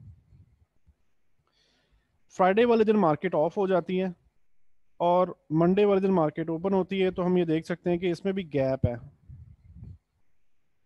ये देखें क्लोजिंग और अगले दिन की ये ओपनिंग, ये देखें। तो इसकी भी खास बात क्या है कि मार्केट में आपको गैप नजर आएगा। जब भी गैप नजर आए आप अलर्ट हो जाओ और उस दिन की क्लोजिंग का वेट करो। मंडे वाले दिन अगर मार्केट गैप से ओपन हो रही है ना, बहुत ही कमाल की ट्रेड मिलती है। जस्ट आपने क्या करना है, आपने मंडे की क्लोजिंग का वेट करना है कि क्लोजिंग कहाँ बन रही है। अब यहाँ पे देखा जाए तो सेलर्स कुछ मार्केट में आए थे जब मंडे का दिन ओपन हुआ ना, कुछ सेलर्स आए मार्केट में, लेकिन सेलर्स के अंदर बहुत दम मौजूद नहीं था। फ्राइडे का क्लोज तक ये ब्रेक नहीं कर पाए हैं। उसके बाद बायर्स यहाँ पर आते हैं। बायर्स अपनी पूरी फोर्स का इस्तेमाल करते हुए, बड़े बड़े ऑर्डर्स का इस्तेमाल करते हुए फ्राइडे की ओपनिंग प्राइस और हाई, इन दोनों लेवल्स को ब्रेक कर देते हैं। आपको ये भी बता दूं, आपकी इंफॉर्मेशन में थोड़ा और इजाफा होगा कि एक खास तबका है जो पिछले दिन का ओपन हाई लो क्लोज इनको सपोर्ट और रेजिस्टेंस मानता है। ठीक है, पिछले दिन के ओपन हाई लो और क्लोज जहां पर भी बने हो, यहाँ पर एक लाइन लगा दी जाती है। मतलब ये भी एक ट्रेडिंग का मेथड है, लेकिन ये बहुत ही लो प्रोबेबल है, बहुत ही कम प्रॉफिटेबल होता ही है। और ज्यादातर मैंने बहुत सारे ऐसे लोग देखे हैं जो इस मेथड, चूंकि आसान तरीका है ना, इसमें मेहनत नहीं करनी पड़ी, बहुत ही आसान है, बस अब इन 4 पैसों पे लाइन लगा दो और बैठ जाओ। तो इसका मतलब है ये कुछ, जब आधी दुनिया अगर इस मेथड पे काम कर रही है तो इट मीन्स कि फिर ये लेवल थोड़ा सा वैल्यू रखेंगे। ये लेवल जब ब्रेक होते हैं ना तो इट मीन्स कि मार्केट बुलिश है। ठीक है, लेकिन इन लेवल्स का मार्केट की लिक्विडिटी से कोई भी ताल्लुक नहीं है, जस्ट एक कैलकुलेशन है, एक मैथमेटिकल फार्मूला है, इससे ज्यादा ये कुछ भी नहीं है। तो ये क्या करते हैं, बायर्स पिछले दिन के लेवल्स को ब्रेक करवा कर ऊपर लेकर जाते हैं, सेलर्स आते हैं मार्केट में और क्लोज इन लेवल्स के ऊपर हो रहा है, जिसका मतलब है कि मार्केट एक्सट्रीमली बुलिश है। और अगर हम इस कैंडल को डिटेल के अंदर देखें तो हमें टग ऑफ वॉर के अंदर बायर्स जो हैं वही विनर नजर आ रहे हैं। करेक्ट। इसको ट्रेड कैसे करेंगे, इसके हाई के दूसरे दिन के हाई के ऊपर पेंडिंग बाय ऑर्डर लगाएंगे।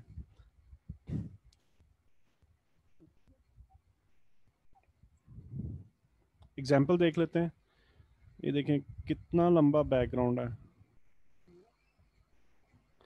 थोड़ी सी रेंज यहाँ पे मिली है हमें, लेकिन इतने बड़े बैकग्राउंड के अंदर ये बहुत छोटी सी रेंज होती है, ये इसी के अंदर मर्ज हो गई है। मार्केट सपोर्ट तक आती है और फ्राइडे की क्लोजिंग के बाद ओपनिंग देखो ये गैप से हो रही है नॉर्मली। अब हर एक कैंडल देख लो, हर एक कैंडल देख लो, नॉर्मल बिहेवियर में जहां पर क्लोज होगा ना अगली कैंडल वहीं से ओपन होगी, जहां पे क्लोज होगा अगली कैंडल वहीं से ओपन होगी, जहां पर क्लोज होगा अगली कैंडल वहीं से, इस तरह से आप देखो ये बिल्कुल सामने ऐसे प्राइस बन रही होती है। ठीक है, इसका ये मतलब है कि ये जो गैप आता है ना मार्केट में ये एक नॉर्मल बिहेवियर नहीं है, यानी कि कुछ स्पेशल है इस चीज के अंदर, कुछ समथिंग, कुछ खास है। तो वो खास क्या है कि प्रॉफिट टेकिंग करने की वजह से मार्केट बुलिश कैप से ओपन हुई है, जो किसी न्यूज़ की वजह से आ सकता है सैटरडे संडे वाले दिन में। और उसके बाद मंडे का क्लोज आपने देखा कि पिछले लेवल्स के भी ऊपर बना है, इवन फ्राइडे और थर्सडे के लेवल से ब्रेक हो चुके हैं। ये क्लोज यहाँ पे है तो ये देखो कितने दिन का, कितने दिन के हाईज ब्रेक किए हैं इसने। इसका मतलब है कि मार्केट स्ट्रांगली बुलिश है, तो आप इसके हाई के ऊपर पेंडिंग बाय ऑर्डर लगाओगे और अगले दिन आपका ऑर्डर फिल हो जाता है। और मार्केट देखो कितने दिन तक, करीब करीब 20-25 दिन या एक माह तो होगा ही है, एक माह तक एक ही ट्रेड, सिर्फ एक ही ट्रेड आपकी प्रॉफिट में चल रही है। ठीक है, कुछ मजा आ रहा है नहीं आ रहा, कैसे लग रही है साइन?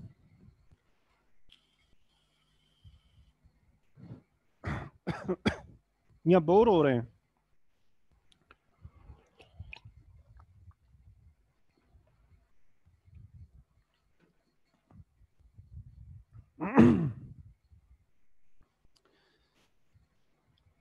नबील वेयानी, एग्जैक्टली बोरिंग होता है जब हम पढ़ रहे होते हैं ना तो हमें चीजें बोरिंग लग रही होती है, जब आप इन चीजों को चार्ट पे देखोगे प्रैक्टिस करोगे तब आपको मजा भी आना शुरू हो जाएगा।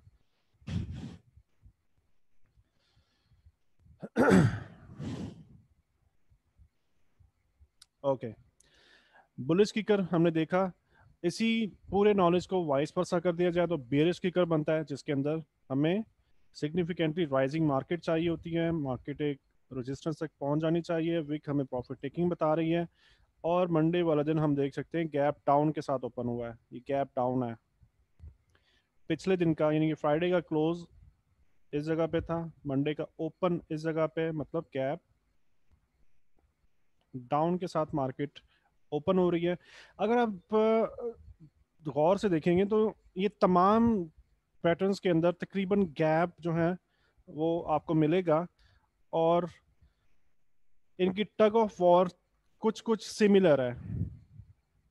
इस वजह से मैंने आपको पहली क्लास के अंदर भी यही कहा था कि हमें ये नाम अगर किसी ने गलत भी बोल दिया ना, ये नाम अगर कोई भूल भी गया तो ये डिपेंड, आई मीन इस चीज के ऊपर क्वालिफिकेशन का अंदाजा नहीं लगाया जा रहा होता कि इसको ये नाम आता है या नहीं आता, ये देखा जा रहा होता कि हमें टग ऑफ वॉर आती है या नहीं आती। तो जब आप टग ऑफ वॉर को स्टडी कर लोगे ना तो फिर आप चाहे नाम इसका गलत भी ले लोगे ना तब भी कोई इतना बड़ा इशू नहीं है, कोई आपका पेपर नहीं हो रहा, एग्जामिनेशन नहीं हो रहा।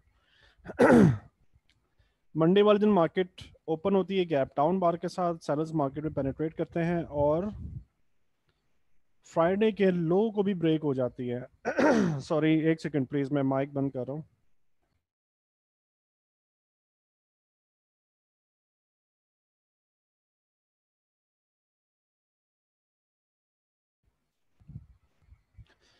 तो मंडे वाले दिन में हमने देखा कि फ्राइडे का लो भी ब्रेक हो जाता है और इवन के थर्सडे का भी लो ब्रेक हो रहा है।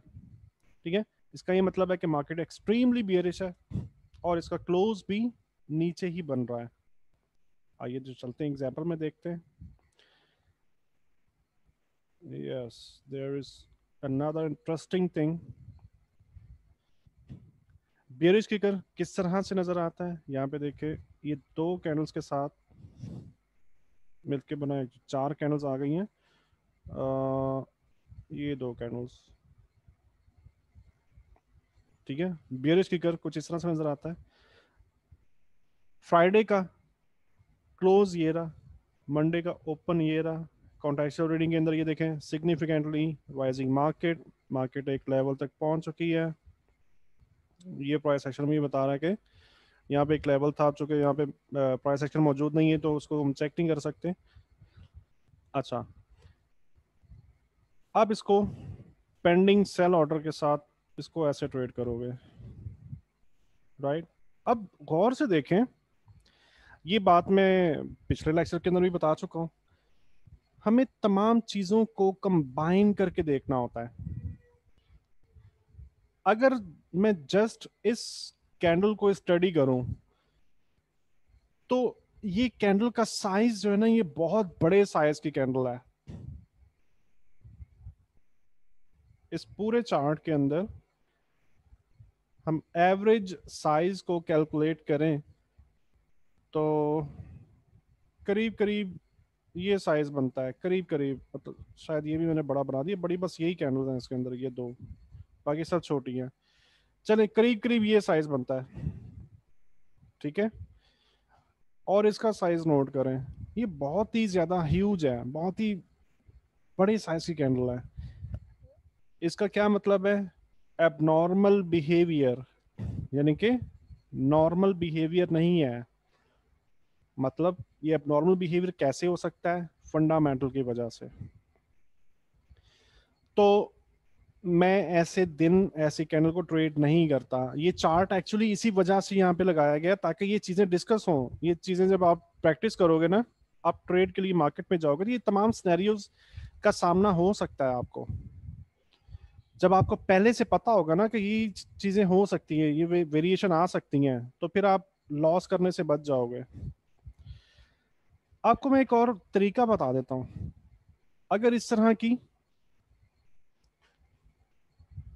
कैंडल आपको मिल जाए जो बहुत ही वाइड, बहुत ही बड़े साइज की कैंडल हो ना, इसको ट्रेड करने का तरीका ये है, आप जस्ट ये कर दो कि इसके हाई के ऊपर एक हॉरिजॉन्टल लाइन लगा दो और इसके लो पर भी एक हॉरिजॉन्टल लाइन लगा दो, और आप इसको रेंज ट्रेड कर सकते हो। कम से कम एक दो दो ट्रेड्स तो सुकून से कर सकते हो।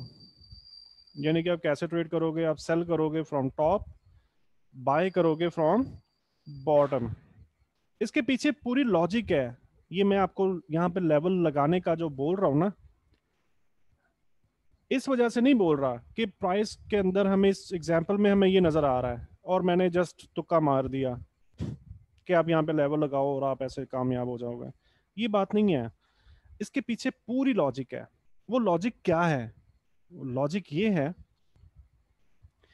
जब फंडामेंटल आया था तो मार्केट ने, मिसाल के तौर पे जी, हम मान लेते हैं मार्केट ने उस वक्त यहाँ पे थी जब फंडामेंटल आया, तो मार्केट यहाँ तक गई नीचे, उसके बाद यहाँ तक ऊपर आई और उसके बाद यहाँ पे क्लोज हो रही है। सॉरी, यहाँ पे क्लोज हो रही है, बेयरिश कैंडल है तो क्लोज नीचे है, इसका क्लोज यहाँ पे हो रही है।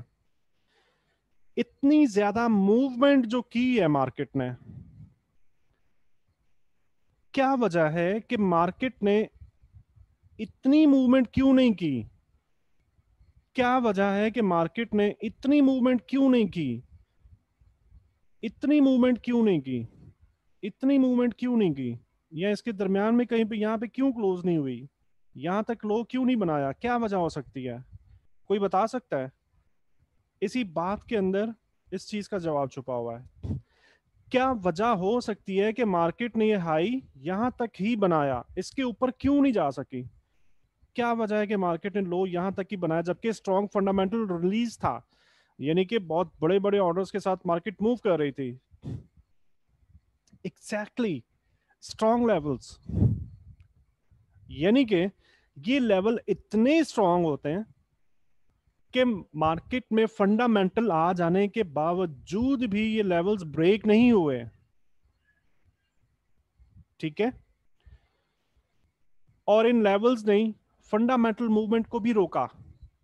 तो फिर हम क्या करते हैं, चूंकि लेवल तो हम इससे पहले तो यहाँ पे लेवल मार्क नहीं कर सकते थे, हमें पता नहीं था कि क्या, तो ये बार का रेफरेंस यूज करके, इस कैंडल का रेफरेंस यूज करके हम यहाँ पर इसके हाई और लो के ऊपर लेवल मार्क कर देंगे, जिससे हम इसके बाद इसको रेंज ट्रेड कर सकते हैं। एक और भी आपको वे बता दूं, ये भी मेरे जाती एक्सपीरियंस से मैंने इस चीज को, पहले लाइनें सीधी कर लूं मैं अपनी।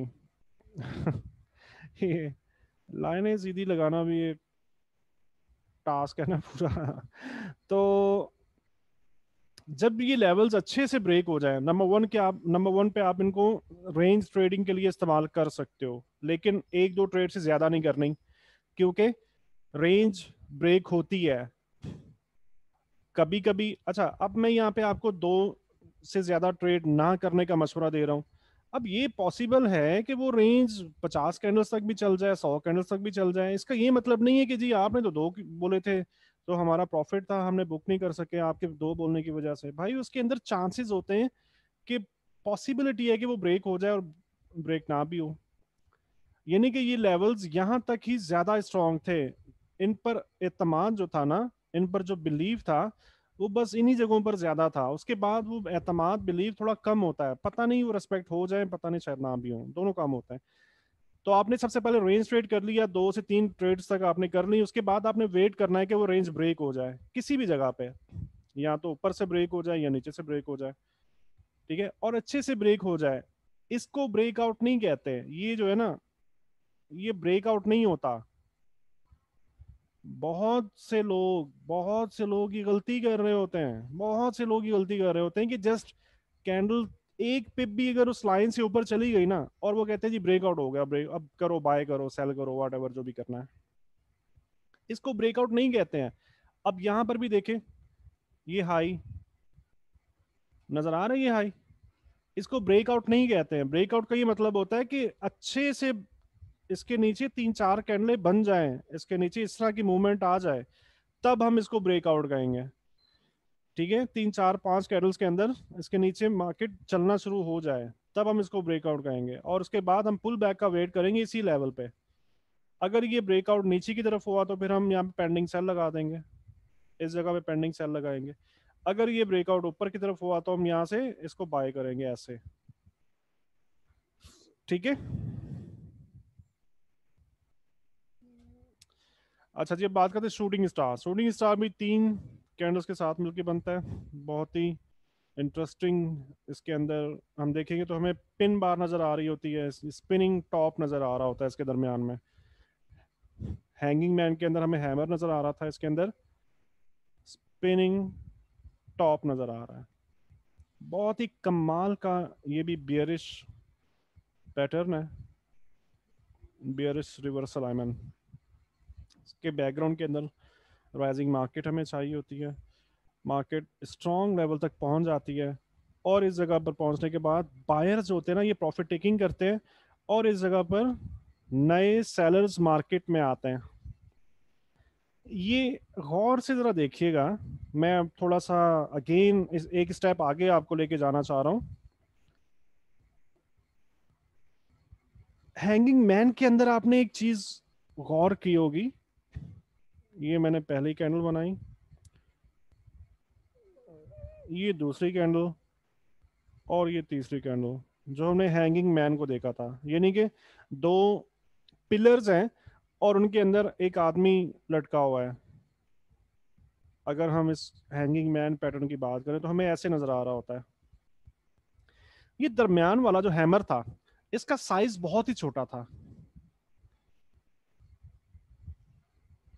अब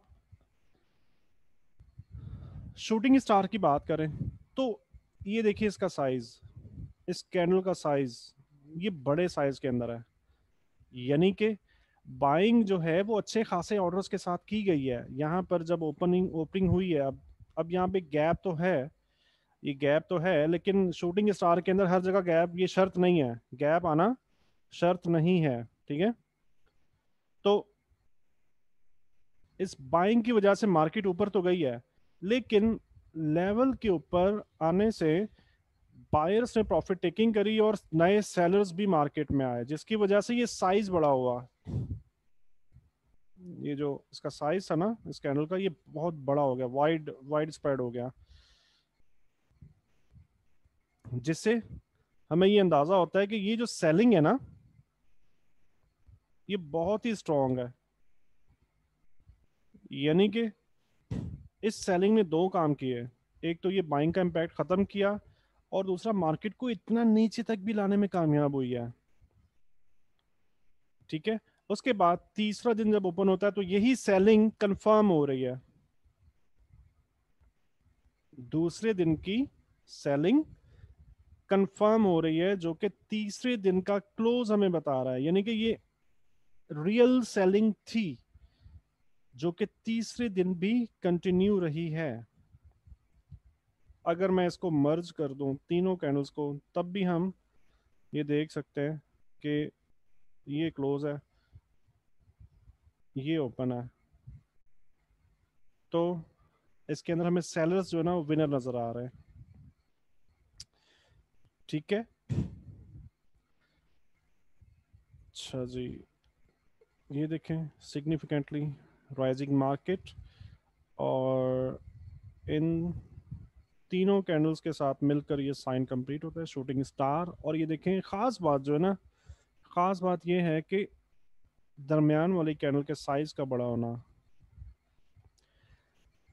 नंबर वन पे दरमियान वाली कैंडल का साइज का बड़ा होना, नंबर टू कि तीसरे दिन ये सेलिंग का कंफर्म होना, ये खास बात है इसके अंदर।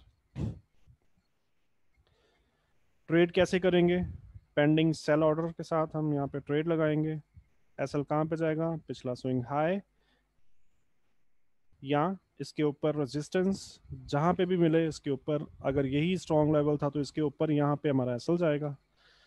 ठीक है, और ये देखिए मार्केट, ये तमाम जो साइंस आपको बताए जा रहे हैं, पैटर्न्स, इनकी खूबसूरती है कि ये बहुत लॉन्गर टर्म के लिए भी मार्केट में आपको ट्रेड निकाल के देते हैं। बहुत लॉन्गर टर्म ट्रेड चलती है ये, शॉर्टर टर्म ट्रेड के लिए नहीं है। बहुत दिन तक, बहुत ज्यादा पिप्स के लिए आप इनको ट्रेड कर सकते हो। अच्छा जी, मॉर्निंग स्टार इसी का वाइस वर्स। मॉर्निंग स्टार के अंदर हम इसे तशबीह दे सकते हैं, चढ़ते हुए सूरज के साथ हम इसे तशबीह दे सकते हैं, और ये हैंगिंग मैन का इन्वर्ट हो सकता है।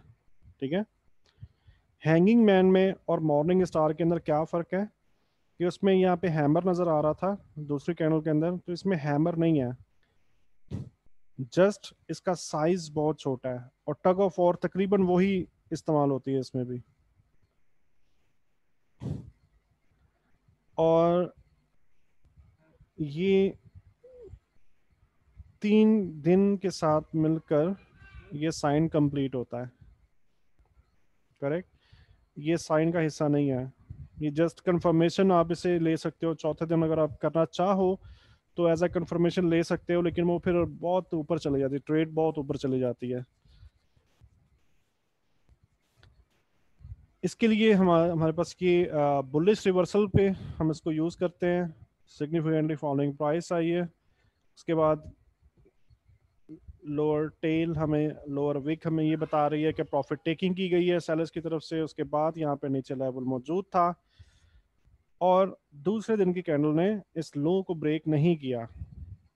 सेलर्स तो थे मार्केट में, सेलर्स मौजूद थे, लेकिन ये बहुत ही ज्यादा ताकतवर सेलर्स नहीं थे, जस्ट शॉर्टर टर्म सेलर्स थे जो बहुत ही थोड़े से टाइम के लिए मार्केट में आए और उसके बाद मार्केट से निकल गए। और ये विक हमें इस चीज का इशारा दे रही है कि प्रॉफिट टेकिंग हुई है।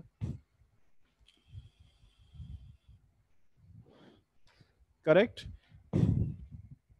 तो खास बात क्या है मॉर्निंग स्टार के अंदर कि ये सपोर्ट का ब्रेक ना होना, ये ये खास बात होती है।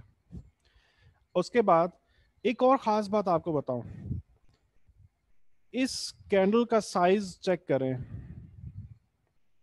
ये रियल सेलिंग थी तब मार्केट ने इतना ज्यादा मूव किया। मिसाल के तौर पे ये 30 पिप की कैंडल है,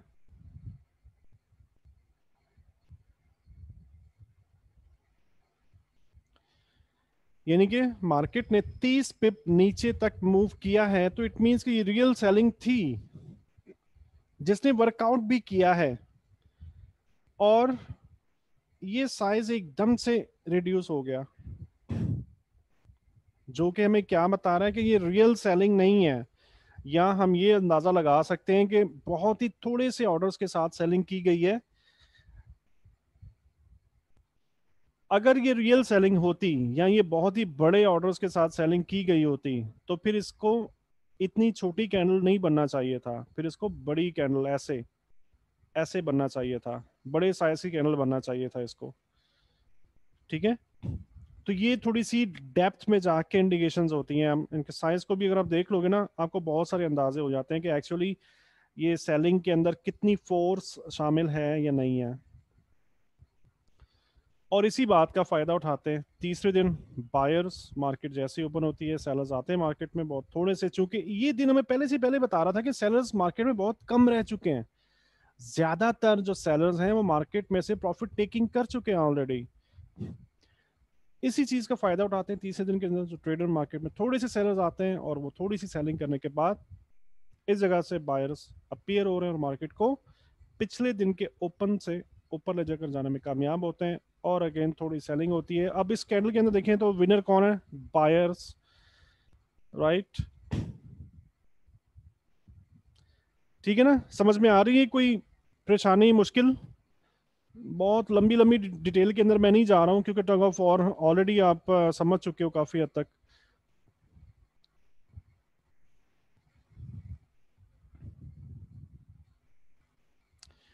ये देखें जी मॉर्निंग स्टार।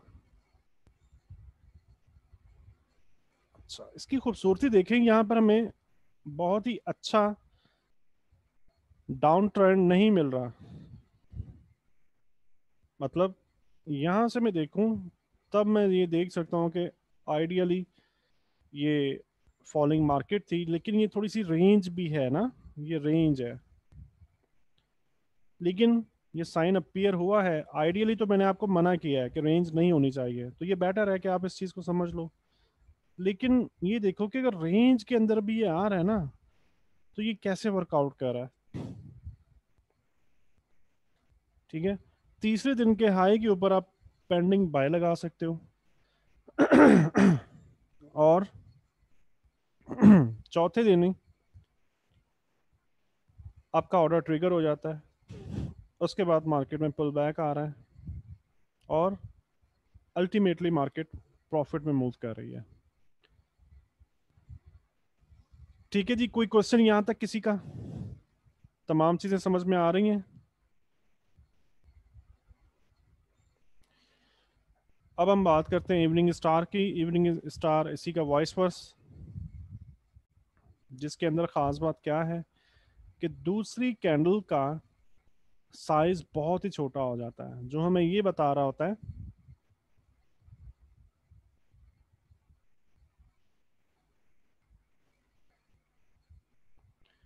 जो हमें ये बता रहा होता है कि ये जो बाइंग है ना, इससे पहले ये जो बाइंग की गई है, इसका इम्पैक्ट अब मार्केट में खत्म होता जा रहा है। ठीक है। किसी का रिप्लाई नहीं आ रहा मुझे। मैंने 2 से 3 मरतबा पूछा है कि समझ में नहीं आ रहा। अगर नहीं भी आ रहा तो नो तो टाइप करें कि समझ में नहीं आ रहा। कुछ तो बताएं, कोई कुछ तो रिप्लाई करें।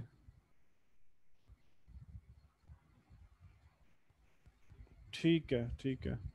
मतलब मैं ये समझ रहा था कि शायद मेरी आवाज़ ही नहीं आ रही है आपको, मैं ये समझ रहा था, इस वजह से मैंने दोबारा से। तो ये ना हो कि अगर आपको मेरी आवाज़ ही नहीं आ रही और मैं बोलता जा रहा हूँ और पता चले कि आपको आवाज़ ही नहीं आ रही, इस वजह से थोड़ा कंफर्मेशन साथ के साथ मैं कर लेता हूँ। तो इसमें खास बात क्या होती है, ये साइज जो होता है ना, ये हमें बता रहा होता है कि अब ये बाइंग जो है ना, अब ये वाइप आउट होती जा रही है।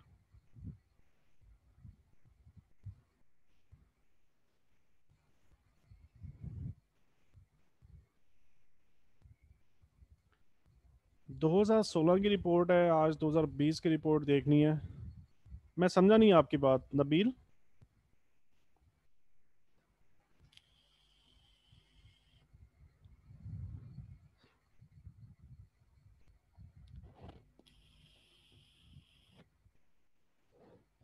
जी नबील भाई, मैं आपकी बात समझा नहीं हूँ।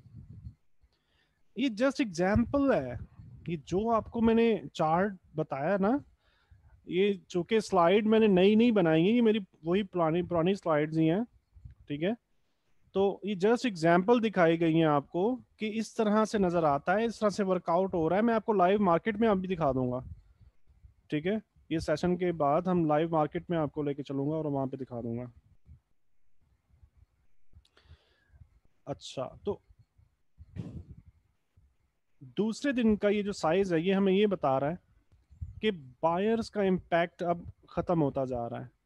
ठीक है। और क्यों खत्म होगा? किसी स्ट्रॉन्ग लेवल की वजह से और प्रॉफिट टेकिंग की वजह से बायर्स मार्केट में आ रहे हैं, प्रॉफिट टेकिंग कर रहे हैं। अगेन वही था सारा कॉन्सेप्ट, इसी का वाइस वर्सा। अगर ये प्योरली बाइंग होती तो ये इतनी बड़ी कैंडल बननी चाहिए थी। ठीक है। इसका साइज हमें ये बता रहा है कि अब प्योरली बाइंग नहीं है। मार्केट ओपन होती है, ओपनिंग के बाद ये देखे इसके क्लोजिंग पॉइंट से नीचे क्लोज हुई है। नीचे क्लोज होना ये मतलब है कि अब तो वाकई में बायर्स मौजूद नहीं है। राइट। और तीसरे दिन की कैंडल हमें कंफर्म कर रही है इस चीज को। यानी कि देखें, ये सेलिंग थी या नहीं, इस चीज को हम कैसे कंफर्म करेंगे? अगले दिन की कैंडल हमें कंफर्म करके दे रही है कि इतने बड़े साइज की कैंडल बनी है, इट मींस कि ये प्योरली सेलिंग है। अगर ये प्योरली सेलिंग ना होती तो ये इतने बड़े साइज की कैंडल ना बनती। ठीक है। इसको पेंडिंग सेल ऑर्डर के साथ हम सेल के लिए जाएंगे।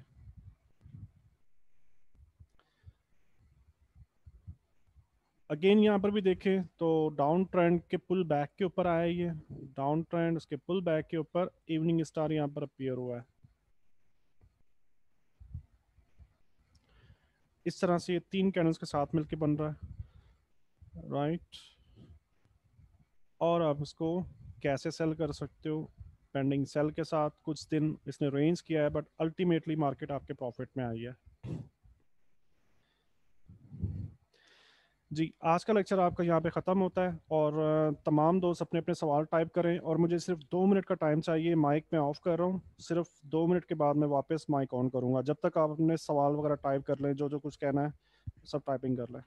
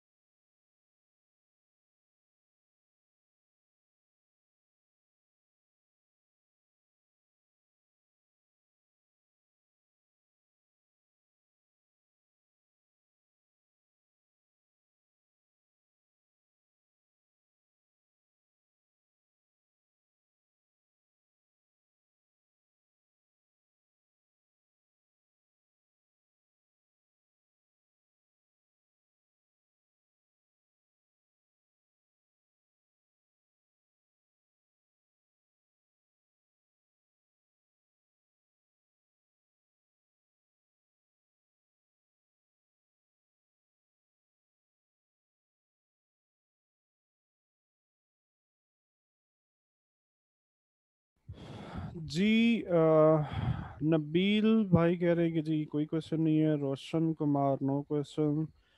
हामिद हमें एनालिसिस डे कैंडल पर करने हैं और ट्रेड 1 आवर पर। जी आपको एनालिसिस भी 1 आवर पर कर लें तो भी कोई इशू नहीं है। तमाम एनालिसिस आप H1 टाइम फ्रेम पर कर लें, कोई इशू नहीं है।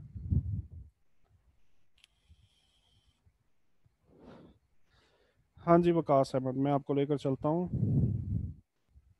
MT4 में।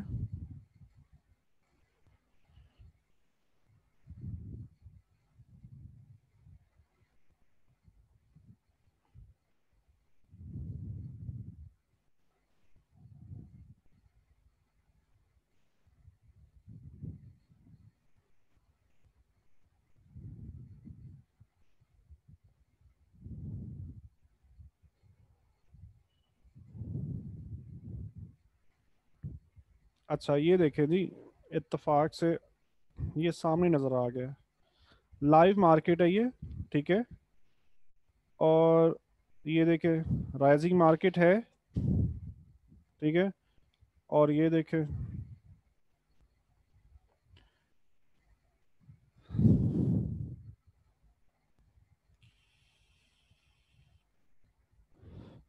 M1 में ट्रेड नहीं करते, ठीक है उस्मान, M1 में ट्रेड नहीं करते।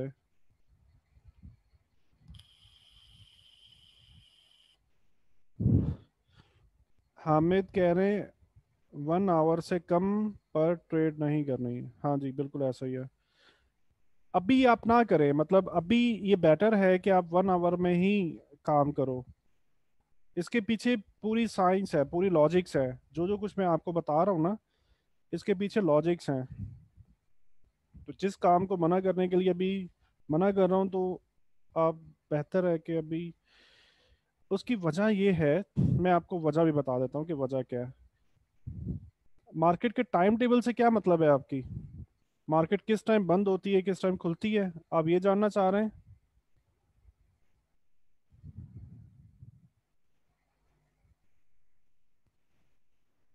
अच्छा जी ये देखें, ये साइन अपीयर हुआ हुआ है।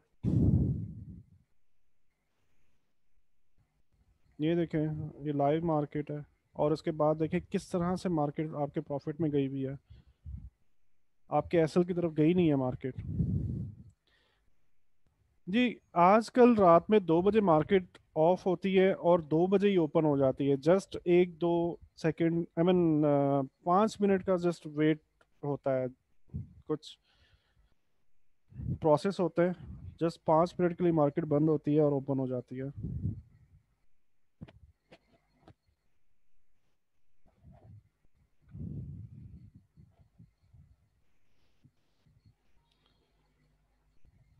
अच्छा ये देखें, ये देखिए राइजिंग मार्केट, ठीक है। आइडियली राइजिंग मार्केट है। और ये 3 कैंडल्स के साथ, ये देखो साइड मिल के बन रहा है। इसके बाद रेंज हुई है, लेकिन अल्टीमेटली मार्केट आपके प्रॉफिट में आई है। ये सिर्फ एक चार्ट के ऊपर ये इतनी सारी एग्जांपल बता रहा हूँ। और बाकी चार्ट में देखेंगे तो फिर तो ट्रेड ही ट्रेड है। जस्ट इन कैंडलस्टिक पैटर्न्स के ऊपर अगर आप ट्रेड कर लो तब भी।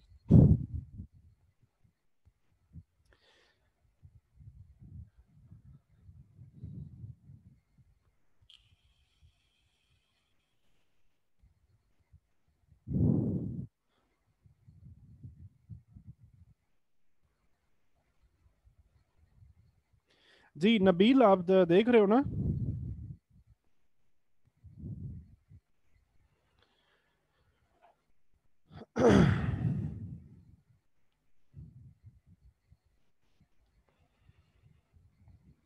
ये देखो पुल बैक्स आए, पुल बैक्स के ऊपर ये साइन मिले हैं, ये देखो।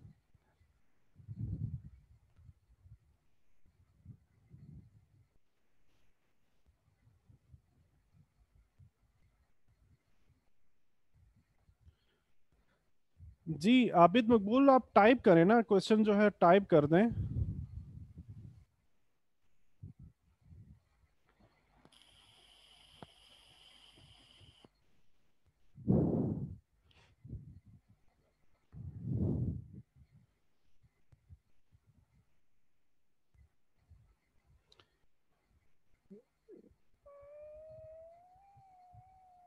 ये देखे, चले माइक मैंने ओपन कर लिया है। सर मेरा क्वेश्चन ये है कि जो आपने पहला पहला हैंगिंग मैन का पैटर्न बताया था, उसमें जो फर्स्ट कैंडल थी वो हैमर था जिसमें प्रॉफिट टेकिंग हुई हुई थी। मैंने ये पूछना है कि उस पैटर्न के लिए वो फर्स्ट कैंडल उसी शेप की होनी चाहिए या कोई भी हो सकती है? नहीं, ये मैंने पहले लेक्चर के अंदर ये बता दिया था कि थोड़ी सी वेरिएशंस आती हैं, ठीक है। Okay.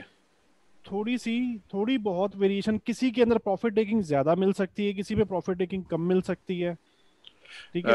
I I mean to से कि हैमर टाइप ही कैंडल होनी चाहिए या कोई और भी हो करीब सकती है? करीब, जी, सिंपल, करीब करीब। करीब। अच्छा, एक और क्वेश्चन है सर, ये जो आपने एक एग्जांपल बताई है हार्मनी पैटर्न जो है, उस पे आपने ये कहा है कि रेंज अगर ज्यादा हो जाए तो उसमें आपको चाहिए कि क्विट कर दें ट्रेड को। ये सिर्फ इस पैटर्न के लिए या इन सब पैटर्न्स के लिए आपने बात की है?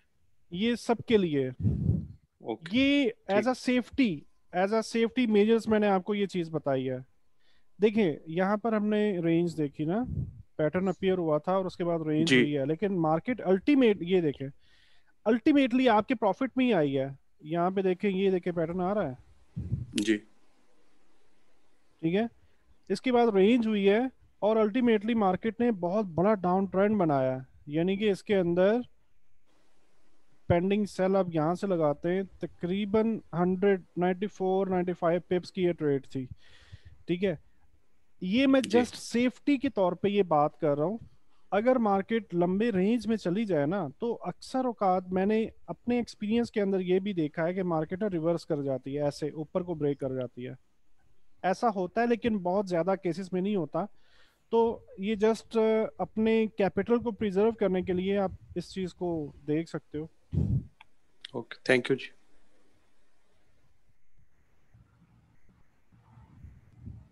ठीक है। अच्छा जी, और कोई क्वेश्चन? आप सब दोस्तों ने ये करना है कि फ्राइडे वाले दिन जो चार्टिंग क्लास होगी ना, लास्ट क्लास के अंदर लिटरली मैं बहुत बोर हुआ हूँ, इसी वजह से कि कोई भी ना मज़े के क्वेश्चन नहीं आ रहे थे और कोई भी चार्ट नहीं थे। आप सब दोस्तों ने ये करना है कि जैसे मैं आपके सामने ये चार्ट बना रहा हूँ, मतलब मैं चार्ट के अंदर देख रहा हूँ कि ये कौन सा पैटर्न है, ये कौन सा पैटर्न है, आपने स्नैपशॉट लेनी है। और ये, अब ये भी इन्वर्टेड हैमर ही है, ठीक है, लेकिन यहाँ पे हमें क्या मिल रहा है, थोड़ी सी टेल मिल रही है, तो हम इसको इन्वर्टेड हैमर कह सकते हैं, ठीक है। तो ये छोटी सी टेल मिल रही है, तो ये not a big deal. Ultimately इसके अंदर हमें पता है कि सेलर्स विनर थे। तो आपने ये करना है, आपने जैसे ये स्पिनिंग टॉप है, ये देखें, आपने ऐसे मार्क करके आपने यहाँ पे लिख देना है कि दैट इज स्पिनिंग टॉप। ये तो मैं हाथ से लिख रहा हूँ, तो आप ऐसे हाथ से ना भी लिखो तो इशू नहीं है। आपने क्या करना है, जब आप स्क्रीनशॉट ले लेंगे ना, तो आप पेंट के अंदर इस स्क्रीनशॉट को ओपन करेंगे और उसके अंदर टाइपिंग टूल भी होता है और ये मार्किंग टूल, पेन टूल भी होता है, ठीक है। आप ऐसे पॉइंट करके और आपने ये बता देना कि कौन सा पैटर्न है, जिससे आपकी प्रैक्टिस हो जाएगी, आपके अंदर तमाम लॉजिक्स और ज़्यादा पक्की हो जाएंगी, और मुझे ये समझ में आ जाएगा कि किस किस को चीज़ें समझ में आ चुकी हैं और कौन कौन जो है वो अच्छे से प्रैक्टिस कर रहा है। ये देखें,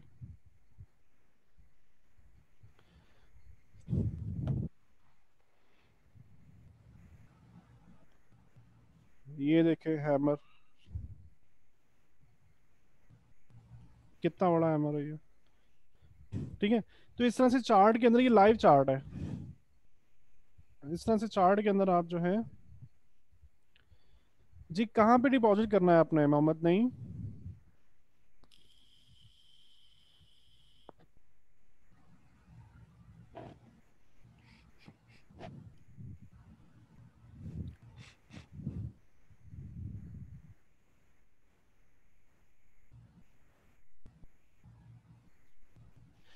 नंबर वन, हम स्क्रिल, आई मीन हम एक्सएम के साथ काम करते हैं।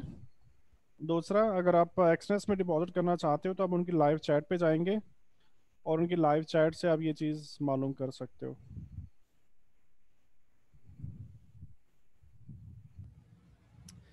ठीक है जी, कोई और क्वेश्चन? अब मैं ये चाहता हूं कि आप तमाम दोस्त फ्राइडे वाले दिन ज्यादा से ज्यादा चार्ट प्रेजेंट करोगे